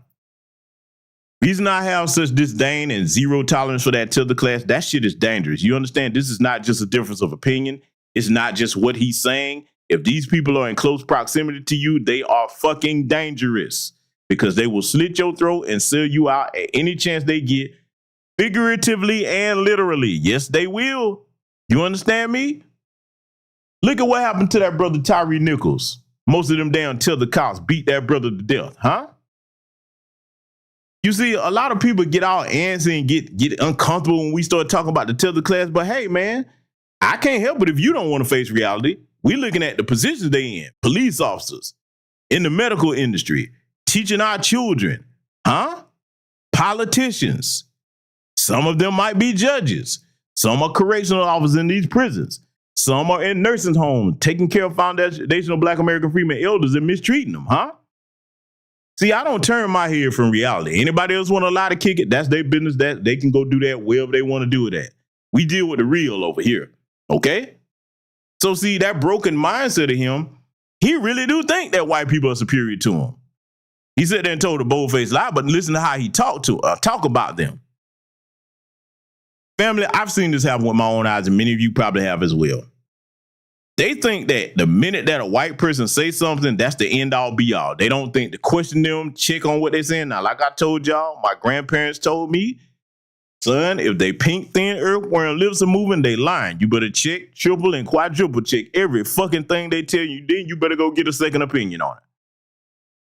You know how, so look, why do you think they're able to do what they do to them today in their nations? Because they're so trusting of them. When an NGO come over there, they run around dancing and singing. Or when a missionary group come over there, they run around dancing and singing. Never mind, they done came over there with the main purpose to molest your damn kids. Come on now, Renee Bach, anybody? Remember her? Huh? Oh, man, listen, if you're on my Patreon, you already know about these kinds of things, huh? I've covered some of this on the main channel, too. Yeah, we going there. So, see, when you think that the deity that you worship is white, that's why they don't want to oppose white supremacy. Again, for anybody, no, you exaggerating. Okay, if I'm exaggerating, for anybody that thinks that, tell me why that skin bleaching or cream over there is selling like hotcakes. Let me tell you something. Everybody running around talking about diamonds and gold over there, that's your other mineral resource right there. You got some skin bleaching cream and you on the continent or in the Caribbean, you will be rich overnight. I am not exaggerating. Huh? Oh, yeah, we going here tonight. Let me tell you something, man.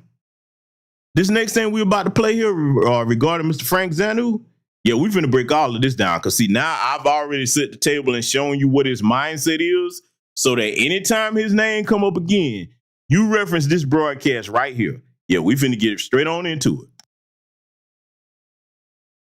it. So with time, you become Ebonics.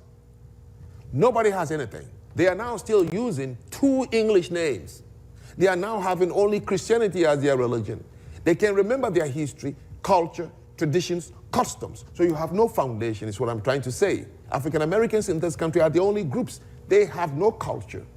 It depends on who you meet, where you meet them. But currently there's not an African American culture? No. Yes, there is. What is it? Name 2 value systems in the African American culture. Value? Okay, easy. Number 1, you can't go buy kids from anywhere. Number two, no matter how hard of times any foundational Black American man gets upon, if he has a wife, he ain't finna offer to sell his wife to nobody to pay no goddamn bills. I bet you that much. Or to put food on the table. There go two value systems for you right there. Oh yeah, see it? This is easy. Yeah, we going here tonight. So let it continue. Name two taboos. Okay, hold on. I got him early there. So he said, name two taboos. I got a taboo for you, you bald head bastard. It's taboo for us to go and mutilate our young girls with female genital mutilation for some stupid ass superstitious reason. Do y'all know how fucking barbaric that practice is? Yes, it goes on today. Yes, today in 2025. I've got documentaries about it on my Patreon. Huh? I got limited content about it on my main channel here. Oh, see, look, for you new subscribers, go down my archives. I ain't no Johnny come lately. I've been talking about a lot of this stuff for a long time, but I've had kid gloves on because I tried to be respectful. But see, when you present a bastard like this in front of us, talking about we don't have no culture. Oh, and here's another taboo for you, Franck Zanu. You know what it's taboo for us to do? It's taboo for us to sit up and buck dance in front of white folks and sell our people out. And that's what's taboo. Our coons do not hold any honored or esteemed privilege around us. They can't come around us. Jesse Lee Peterson, Roland Martin, Larry Elder, whoever you want to name, Democrat, Republican, whatever. That there's a taboo for you. Yeah, this is easy. Let's let it continue. The African-American cultural system. Name two traditions, by the way, in the African-American cultural system. Oh, we got some traditions. Family reunions. We have a tradition that as a people, we look out for one another, no matter what state we from. See, look, watch this.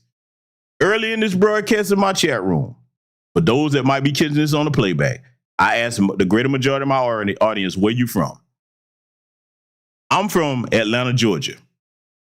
If a brother or sister I see need my help in California, I don't go, oh, you from California, I can't help you.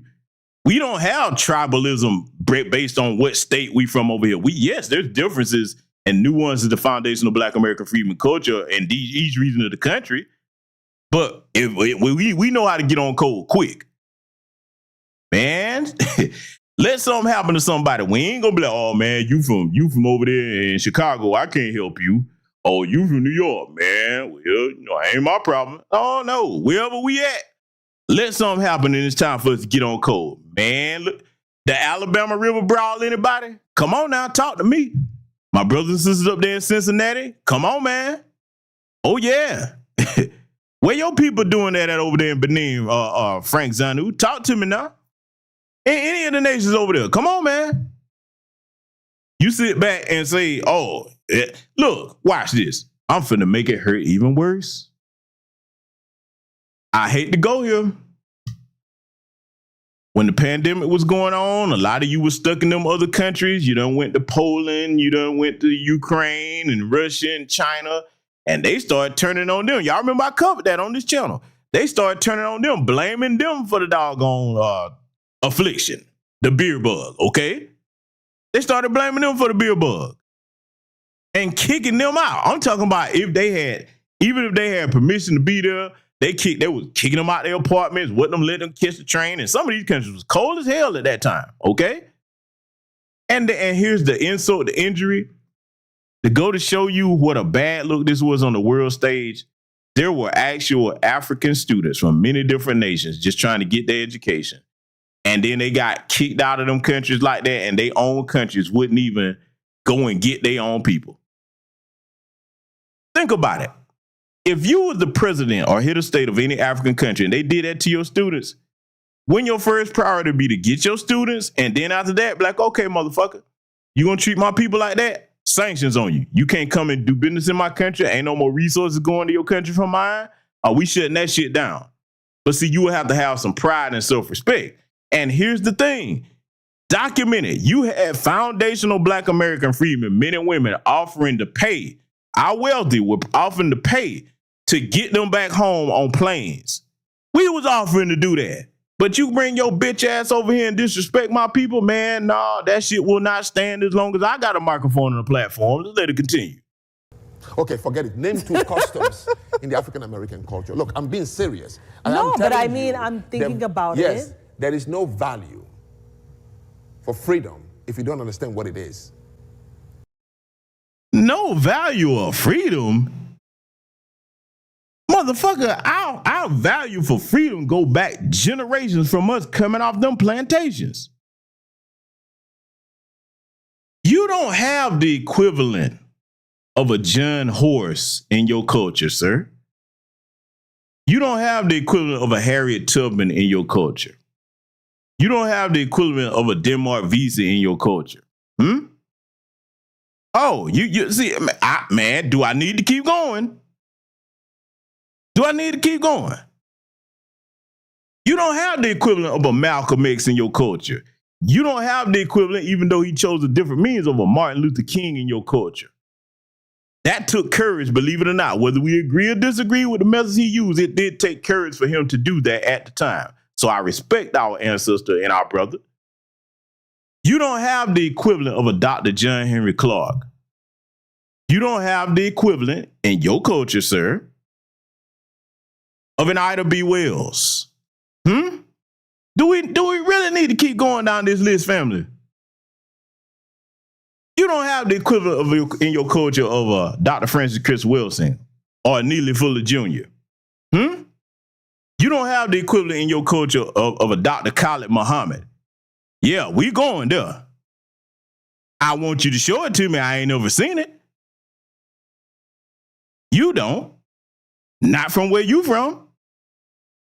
You the best that your culture produce. And that's a damn sad commentary if nothing better comes out of that country than him with your little mismatched colors and them fucking blooding to be damn pants on, sitting up here looking like a damn jackass. You look like a jackass and you sound like one. Pick a struggle. You can't do both, motherfucker. Yeah, we going here tonight. I'm telling you, man. See, fuck all that kid glove bullshit. You have to put these bastards in their place and humble them when they start this bullshit. Let's let it continue. The concept of free. You have to have a foundation on which it would balance when you ask for it. Civil rights, they give it to you. You have no culture. Nancy, you've been here, born here. Why would you be so?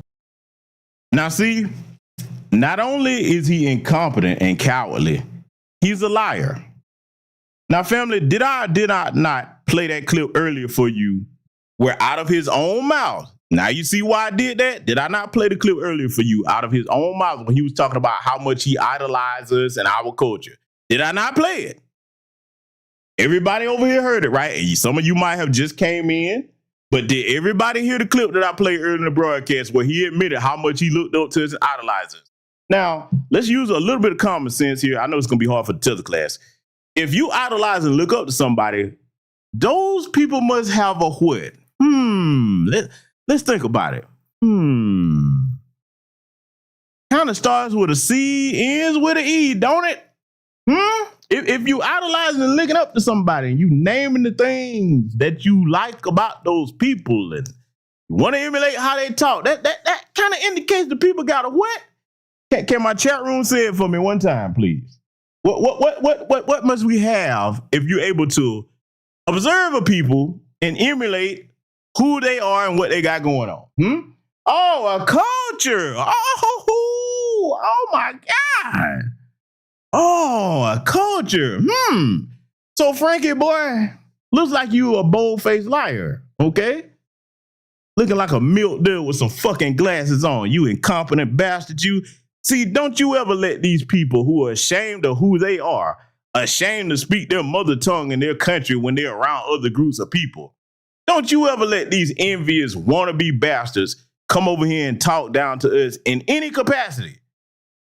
The latest YouTube short I put up, I told y'all the kid gloves was coming off. We don't have no places over here in America where we live that look like that. We wouldn't sit there and let it get that bad. Hell, we didn't live like that during slavery. Nor Jim Crow. The short that I put up, my latest YouTube short, anybody anywhere, where have we ever lived like that? That shit look like somebody dropped an atom bomb on that shit. And I know exactly where that place is, but see, to go to show you I'm being somewhat benevolent. Notice I didn't name where that place was. Now, those of you that are well traveled, you probably know exactly where it is. Notice I ain't called the name of it yet, and I'm not going to do it because I could. I've seen a lot of their slums over there. Now, the only thing that would be worse would be Eastern European slums, because I can get on them too. I've seen them with my own eyes and smelled them too. Boy, let me tell you something. Let me get on the Eastern Europeans for a minute, because they probably cackling over here. Oh, don't think you're laughing, mayonnaise people. I'm going to get on your distant cousins over there on the eastern side of the hemisphere. Let me tell you something, family. An Eastern European slum, that shit smell like a vat of boiling assholes in the summertime. You understand me?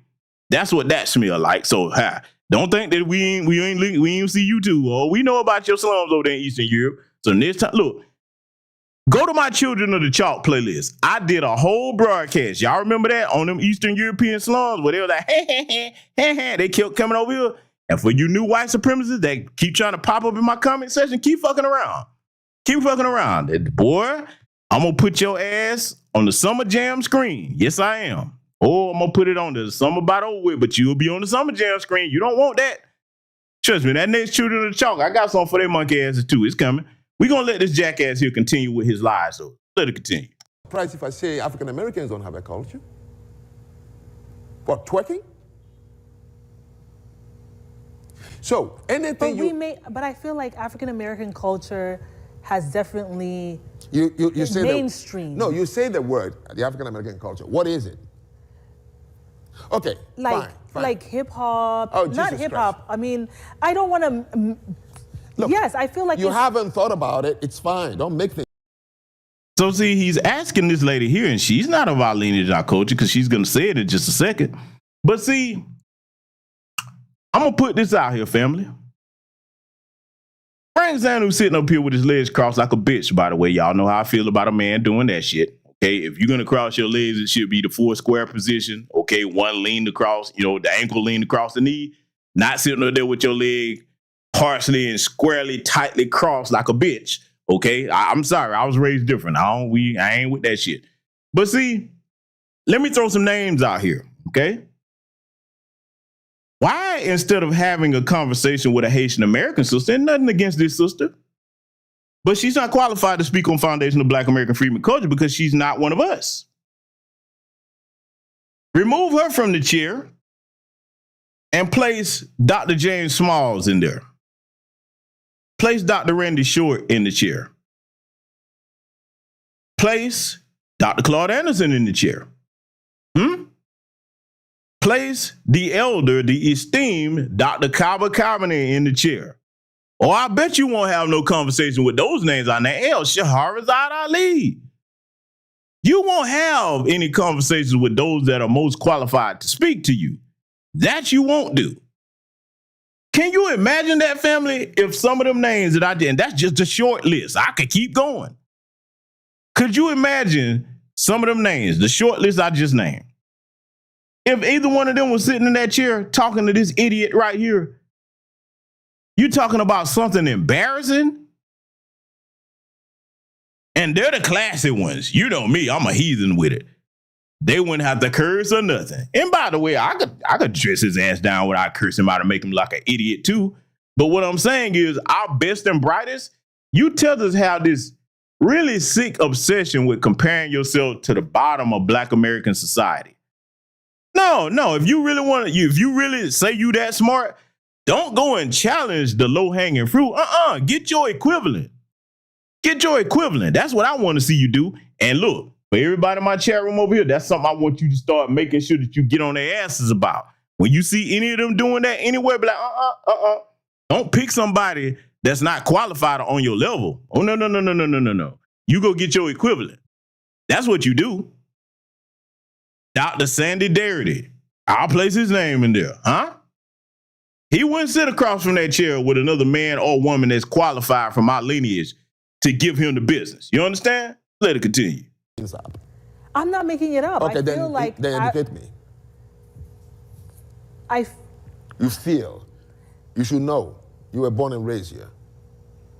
Yes, but I have a Haitian. Are you African American? I'm Haitian American. That's correct. Do you see why you were being specific with that? Because anybody who encounters you already knows you before, if they know you are Haitian, at least two things comes to their mind. What is that? If they've been to Haiti, they can look at work ethics and they say, yes, Haitians, I know them. Service industry, they know where they do well. Let me deal with this whole talking point about work ethic, okay? Let me make this plain and simple. You idiots will come over here and work for less pay and longer hours, and you think that that's a harder work ethic. No, morons of the Tether class. Foundational Black American freedmen are like, listen, you gonna pay me for the equivalent of time that I work, and I'm gonna be paid a living wage, and if I'll take overtime if I want it, and if I don't want it, I'm not gonna take it. We don't believe in working ourselves to the damn bone for damn peanuts. But see, because where you come from, this is the best you've ever had it.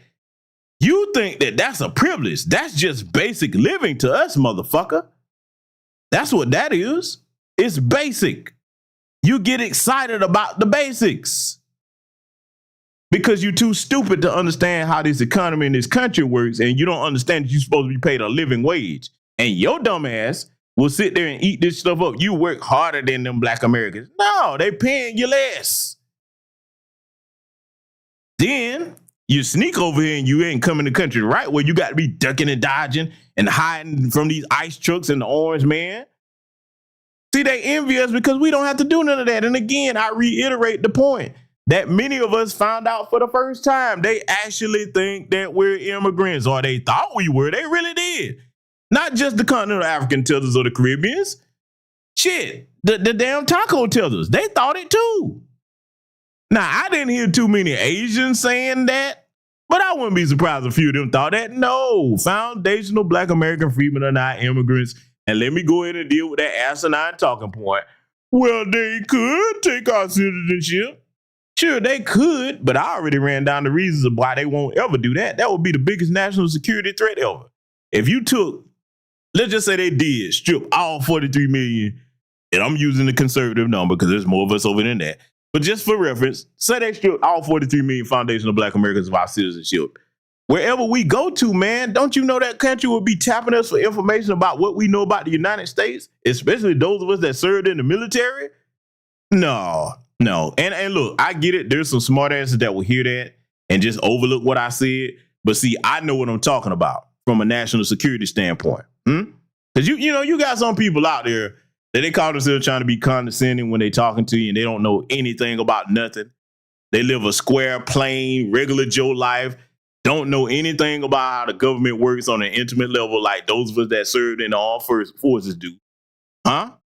Yeah, that's what I know. So I know that's just one reason why they wouldn't do that. Not to mention all the intellectual, innovative, capacity that we would bring to whatever nation we go to. Look, let me just make it plain and simple. You think the Chinese and the Russians aren't looking at how creative foundational Black Americans are and wishing they had some of that genius in their country? You really think they're not looking at that? These people know what we are, bro. Watch how I thread this needle. Why you think we respect them when we leave this country like that? They know what we're capable of, and they know how respected we are. Why we're respected? Because we stand up against this system regardless of all the oppression they've heaped on us. See, you would be surprised at how many of these people outside of this nation know our history and what we went through.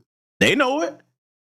They listen to us when we speak on platforms like mine and many others. Anytime that we are talking about our grandmasters, teachers, and scholars, they go and get their works and their books. I've experienced this myself many times in different countries, where when I bring up Dr. John Henry Clark or Dr. Khalid Muhammad, oh yeah, brother, I got his book. I read, and get to talking and telling me about all the things that they read, you know what I'm saying, and how they look up to our grandmaster teachers and icons. And man, listen, for my people that don't travel, that's the best education you can ever get. You understand me? That's why I encourage that for everybody. Foundational Black American freedmen, men and women. I've been traveling since I was a young age, even before the military. So I encourage you to do that because you're going to get a firsthand, real world, intimate education about cultures and people and how we're looked at outside of this country. You understand? And again, I'm not saying that everywhere outside of here is a utopia, but I'm telling you, you will notice the difference once you get outside these borders. And see, that's something else that Franck Zanu is envious of, because you can't tell me that if he's ever traveled, that he hasn't noticed how we're treated versus the way he's treated when he's going somewhere. Even though he's over here and probably been here for some time, the way he talk, you can hear his accent. I ain't saying this right, but they fuck with them. I've seen it myself. They give them a hard ass time when they traveling to and from, okay? Even if they manage to have an American passport. Let's let it continue. I know he can't stand it. Food, they can say yes. And even language, Creole. Right. And they can say, oh, I love Haitians. Because they saw the culture in abstract before they encountered you. So people go over the bridge of your culture, your tradition, your customs, and that helps them to know how to address it. Exactly. I see. No, you will soon know too, in addition to seeing. So I'm saying to you, any people who ask for these things, which are abstract, freedom, for example, independence, for example, and civil rights, for example, voting rights, for example, you must have a foundation on which these things are going to balance. Motherfucker, we are the foundation. We are the foundation. And thank you very much, my good brother, the Church of Black Power, man. I appreciate you, good brother. I try to tell Foundation of Black American Freedmen the truth about, you know, all the branches of the armed forces. My personal opinion is, even though I've served or did my 20 years in, I don't want any more of our young men and women going in until we get our reparations and anti-black hate crime bill. But I understand why some of them would do it. But, you know, would I encourage it? Nope. And speaking of that briefly, well, white folks hate you when you black and they find out that you served the way I did. They're like, oh, you ain't going to toe the line? You ain't been indoctrinated? No, I hadn't. Nope, not at all. All black veterans don't turn out to be Sambos for a lot of people that sometimes tend to think that. But, you know, hey, listen, when it comes to Franck Zanu here, though, all this stuff he talking about, we don't have a culture. Oh, you don't know this, you don't know that. See, let me tell you something, man. And you know what? I don't know if he has a white woman as a spouse or not, because that probably what it is, the reason why he feels so comfortable talking like this. Because I've said it before. When either one of them, the tether winches or the tether boats, go and get a white spouse, they think they've made it to Valhalla. They've made it. Oh, that's the promised land. That's paradise for them. Boy, that's what their parents have always told them. Many of their parents have told them, you can marry a white man or white woman, you're successful. You've done it. You can come back over to your country and parade them around. And now, oh boy, that just elevates your status amongst them people. That's just how bad it is with some of them. Some, not all. Some, not all. But see, what he's talking about in regards to our people, we are the foundation. We are grassroots. That's why we use that term. Grassroots. Change starts from the bottom up with us. It don't come from the top down like with your people. You wait on the white folks and the East Indians and the Chinese over there to tell you what you can and can't do in your country. We live by the wish effect. We wish you would come over and tell us what we can and can't go in our country. See, let me tell you something. Y'all remember those South Africans that the orange tornado brought over here? You know, a lot of them already done went back. Oh, yeah. A lot of them got over here and they're like, oh, hell no. This ain't what, because look, first of all, that white genocide lie in South Africa, that's bullshit. I've been over there and seen it. There's no such thing as white genocide in South Africa. They live very good. A lot of they stupid ass gave up their property and all the stuff they own to come rent it over here. But see, what they don't understand is we're not like the South Africans over there that you gonna smack up and then talk crazy to over here. See, they probably got over here. I guarantee you some of them probably had that wake-up call where they saw some other black folks like, yeah, we're going to do you like we do them. Oh, really? Oh, really? Oh, I didn't run into them. Oh, I wish I could have ran into some of y'all. See, you know, the good Lord know not to let them come my way. He know. Because he know I'm one of his craziest children. I am. Yes, I am. I was like, oh, you think you're going to talk to me like you do them people over there in your country, huh? Yeah, not going to happen, player. Let me give you an attitude adjustment real quick. Yeah, you know what I'm saying? See, the Lord knows I would have too much fun with that, okay? You know what I'm saying? So, hey, look, let me ask my audience before we let Mr. Peanut here continue here. Did any of you get to slap some of them up? Because if you did, I'm envious of you. And I hope you smack the shit out their ass for me, damn it. Did any of you get to run across them? Cause boy, they got their little old pale asses up out of here. Now, there's still a couple of them over here, cause it wasn't many of them that came. Man, they got their asses over here. Oh, hell no. These niggas are a bit unruly over here. Yeah, that's right. Yeah. Get your bitch ass back over there with that bullshit where you came from. Mm-hmm.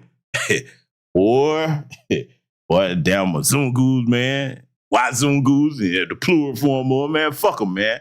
Listen, dude. It's a different ball game with us, Franck Zanu. We are the foundation. We stand 10 toes down over here. We not afraid of these people. We don't let them disrespect us. This is our country, no matter what white folks have told you. We know which ones of our family are responsible for building this country. Where are we from? Right now, everybody that's foundational Black American freedmen in my chat room that knows your family history very well, you know who bought the land that's in your family. You know who built the homes that's in your family that y'all own. You know all about who founded the family businesses many of you have. Because I know I'm not the only one in the family like that. Huh? We know who our people are. And when you have had a hand in building something, you're not so quick to up and run and leave. Oh, let me just get out and just let people take our shit. Let me tell you something. We got people right now fighting to get our land back that was stolen from us during Jim Crow. Because that's got to be a part of reparations as well. Yes, we definitely got to have them cash payments first. But don't think that we don't want our land back. But you done sit up here and ran freeways through our businesses and our communities and shit. Everywhere where there's a freeway in this country, there used to be a prosperous black suburb, black town. But see, this goes to show you how they sabotage us, because all that pull yourself up by your bootstrap stuff, Frank, talking about we don't understand the value of freedom. Motherfucker, every time we build, we get sabotaged. Show me where they running freeways through your shit. Oh, I forgot. You can't tell us what it looked like over there because you ain't been back home. Let's let it continue. Because the people there have to uniformly agree with consensus.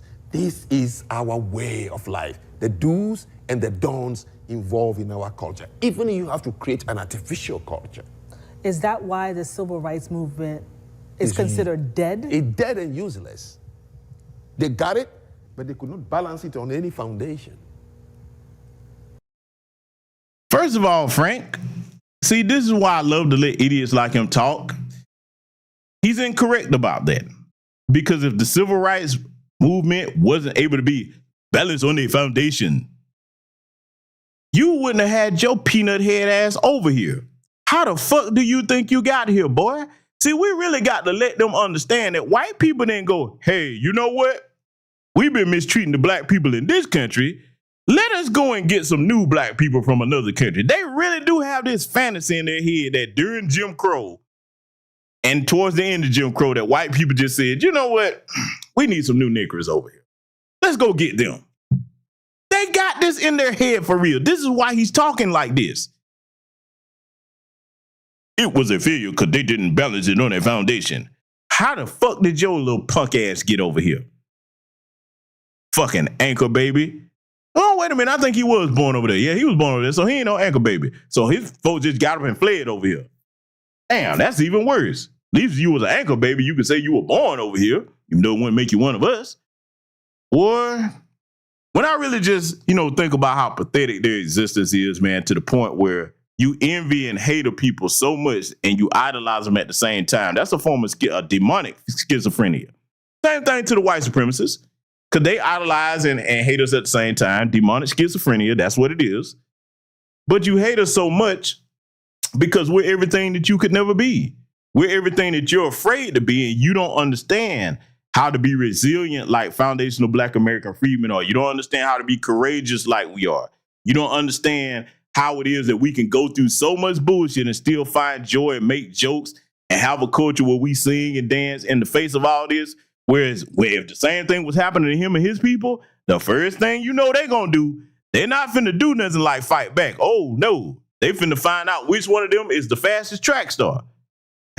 Usain Bolt better look out. He got some competition. Let's let it continue. Japanese suffered in this country. 435,000 Japanese were kept in internment camps. Not a single one killed each other for the 3 years they were there during the Second World War. Mm-hmm. He doesn't know that. You don't know what happened in them Japanese internment camps. See, this is another thing about these idiot tellers, man, that go and get a version of history from white folks. How the fuck you know what happened in them internment camps? They speak on a lot of shit that they don't know nothing about. Let it continue. You understand? Not a single one became a daddy, a daddy baby or baby daddy while they were in the internment camp because another single one became a daddy baby, a baby, a baby, yeah, stuttering, mush mouth son of a bitch. Don't get to talking about no baby daddies. Cause see, you know the one thing I didn't include in this broadcast tonight, family? You know what I didn't include in here? Because a lot of y'all be like, damn, brother, you done punched below the belt tonight. No, believe me, it could get a lot worse. You know your brother is a data and statistics man. And I keep up with it around the world, not just here. Family, I'm going to tell you something. I'm going to do you a solid. I ain't going to even put it up. I'm going to give you some homework to do. He talking about baby daddies and baby mamas and yabba dabba doos and whatever else he was trying to stutter out of his mouth. Go look and see what they out of wedlock birth rate is from his country. Go look that up. I'm not going to even tell you. I ain't going to even show it here tonight. That go to show you. See, if I really wanted to kick, I'll be like, oh, you want it. Oh, so you see, if you're going to be talking about baby daddies and baby mamas, you must know something about it. I know your people do over there. Oh, they definitely know about baby daddies and baby mamas. Be running all over the place to different countries, having kids all over the place, got other wives in other countries, all kinds of goofy tether shit. Yeah. But you know what? I ain't gonna bust him out like that. Just go look up his country and go look up them out of wedlock births. Go look at all them damn orphans they got running around over there. Oh, don't get to looking at the other stuff like, you know, who they're allowing to molest and touch on their kids and all that. Yeah, you know, it's a lot you can go and investigate while he's talking about us. He knows so much about us, but he won't tell us about what's going on in his homeland. Let it continue. There was a third object that we're focused on, their culture. It has self-determination, customs, traditions. Something guided them to survive. Anything they ask for in this country will be balanced on a foundation for their children. Well, they say Haitian people have resilience. Oh, resilience is not culture, please. Every human being has a resilience in some way or the other. Resilience to survive, to stay alive. That's correct. That is why you can see the things people ask in this country. Nope, I object. That's not true. No disrespect to the Haitian sister. No. Frank, all people don't have resilience. No, they don't. We taking the kid gloves off over here tonight. History proves that all people don't have resilience.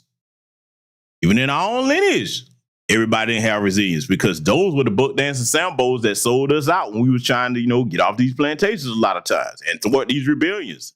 So they didn't have the resilience that it took to go and fight white supremacy, but they definitely don't have it where you from because, like I showed people at the beginning of the broadcast, your homeland, sir, was responsible for selling some of our ancestors. That's not resilience, that's capitulation. When you capitulate, you make yourself a willing tool for your adversary. Family, let me tell you something.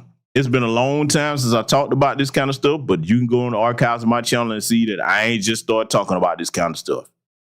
I've detailed countless atrocities over the years, showing y'all in many different ways what has happened on the continent during colonization, how they just brutalized these people's great-grandparents, sexual assault, mutilation, killing them.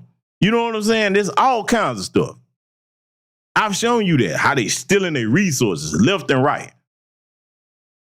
Paul Biya, punk ass, former president there of Cameroon, despicable bastard. Basically, you sold the country to the French, and then they came over there, and the French-speaking Cameroonians were killing the ones that spoke English, since it's a francophone nation. That kind of stuff.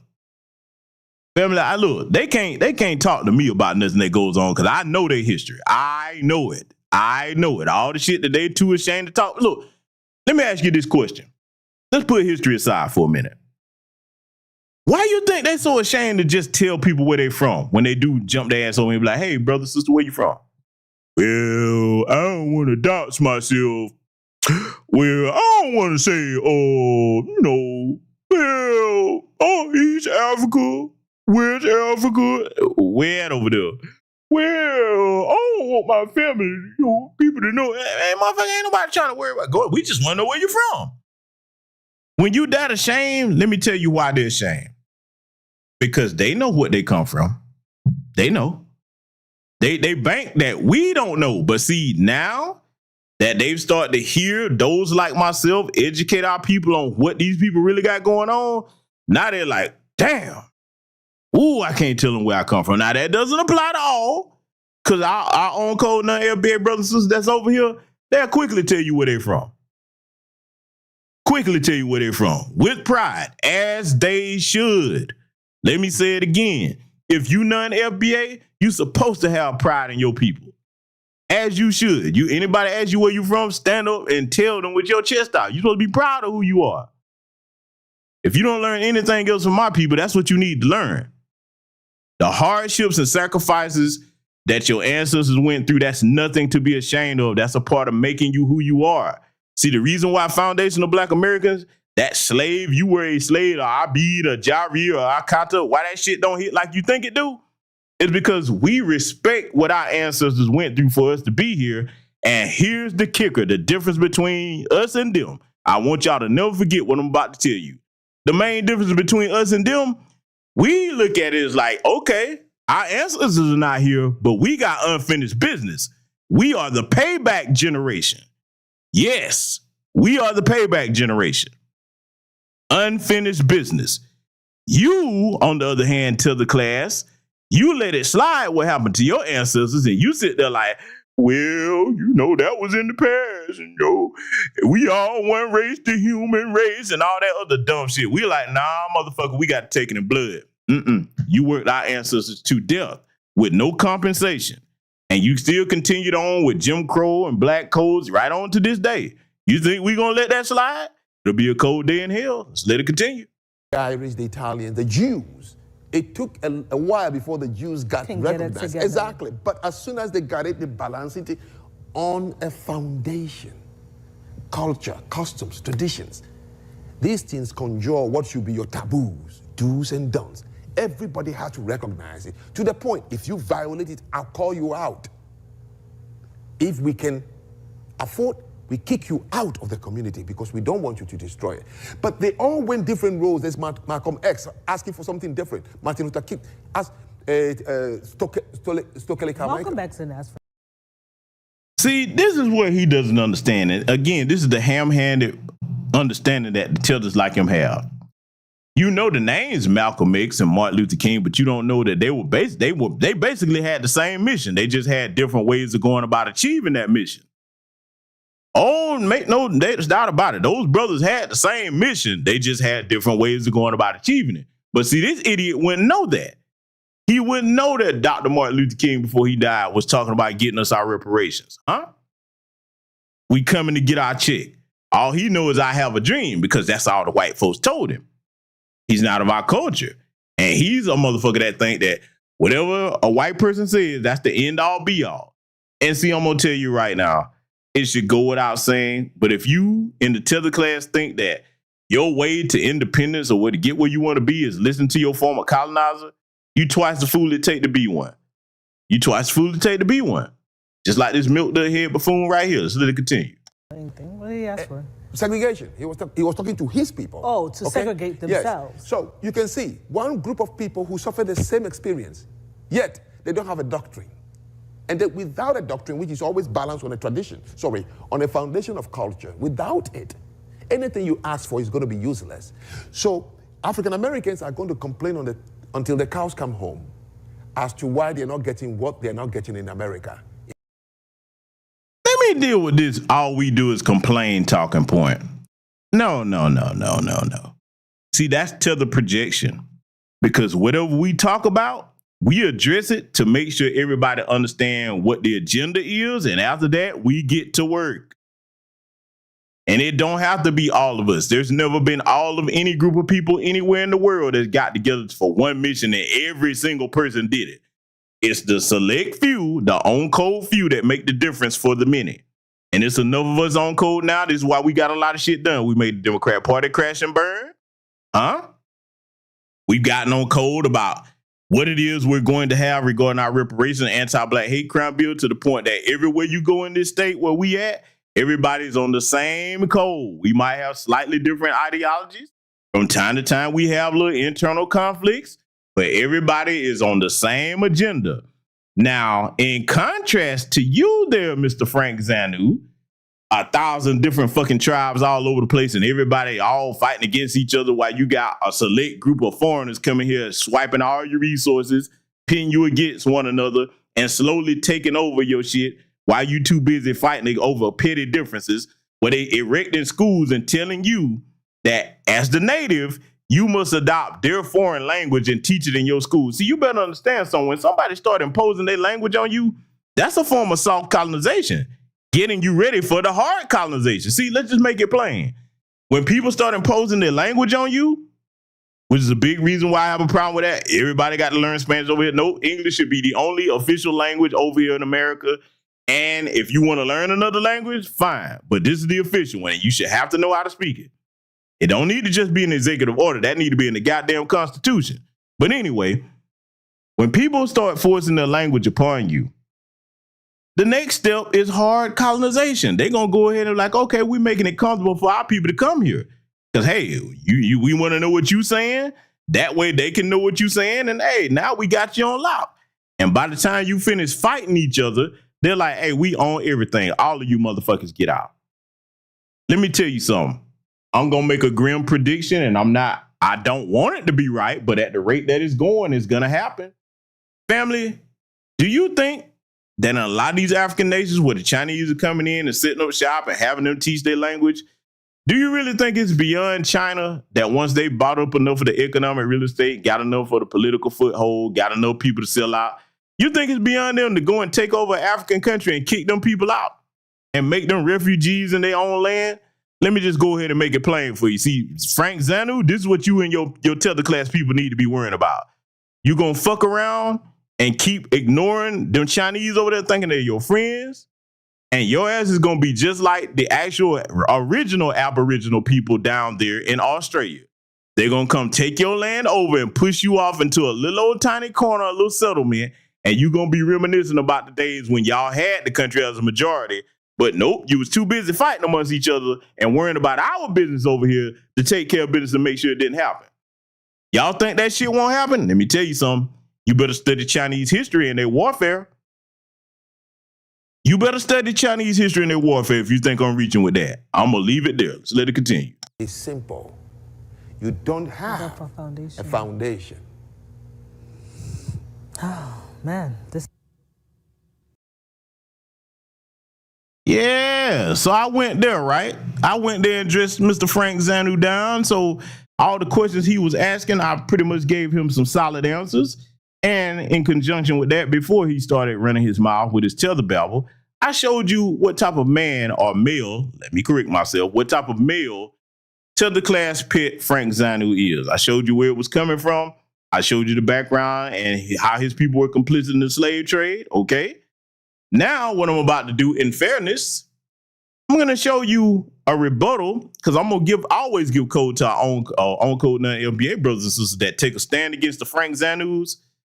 I'm going to play something without interruption here because it's apropos and it's just due. And it's something that I want you all to take note of because, again, on this channel, on this platform, hey, if you own Code None LBA, I rock with you. I respect you. I don't have a problem with you. People we have a problem with over here, Candace Owens, Myron Gaines, Franck Zanus. You don't fit that criteria, you're not a tether. So I want y'all to listen to this because this is what we want more of you that are on code with us to start doing when you see the Franck Zanus. I want y'all to check this out. African Americans in this country are the only groups. They have no culture. It depends on who you meet, where you meet them. But currently there's not an African American culture? No. Yes, there is. What is it? Name two value systems in the African American culture. Value system? Yes. Name two taboos in the African American culture system. Name two traditions, by the way, in the African American culture system. Mr. Zanu. See, Mr. Zanu, you're obviously an intelligent fellow, but it's comments like yours that fuel diaspora wars. It's comments like yours that make work like mine frustrating. Because respectfully, you're being intellectually naive, either because you don't want to do the research or you simply don't want to. You said African Americans can't handle freedom or civil rights because they have no cultural foundation. You said they have no culture. You said they have no taboos, nothing to balance it out. So let me offer you some clarity before you confuse displacement with deficiency. First, I think the question is dishonest.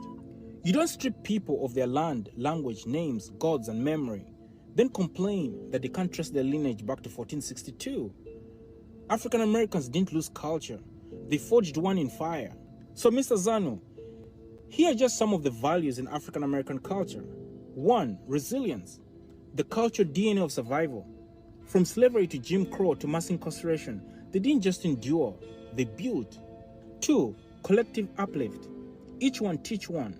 From the church to the block, the goal is always bring your people with you. 3. Self-determination, ask Garvey, ask Malcolm X, ask Black Wall Street. Even in chains, there was always the instinct to self-govern. 4. Respect for elders. Yes, ma'am. No, sir. Big mama. Uncle, even if we are not related. Don't get it twisted. That's ancestral. 5. Faith and spiritual power, whether through Christianity, Islam, ancestral reverence, or Yoruba revival. Spirituality is core. 6. Creativity as resistance. Music, dance, style, slang. African Americans turned rhythm and rhyme into shields and swords. 7. Kinship beyond blood. Play cousins, aunties who aren't biological. Because when the system breaks the family, community steps in. 8. Justice and fairness. From civil rights to Ferguson to George Floyd, African Americans don't stop fighting for the oppressed. And then we move on to taboos.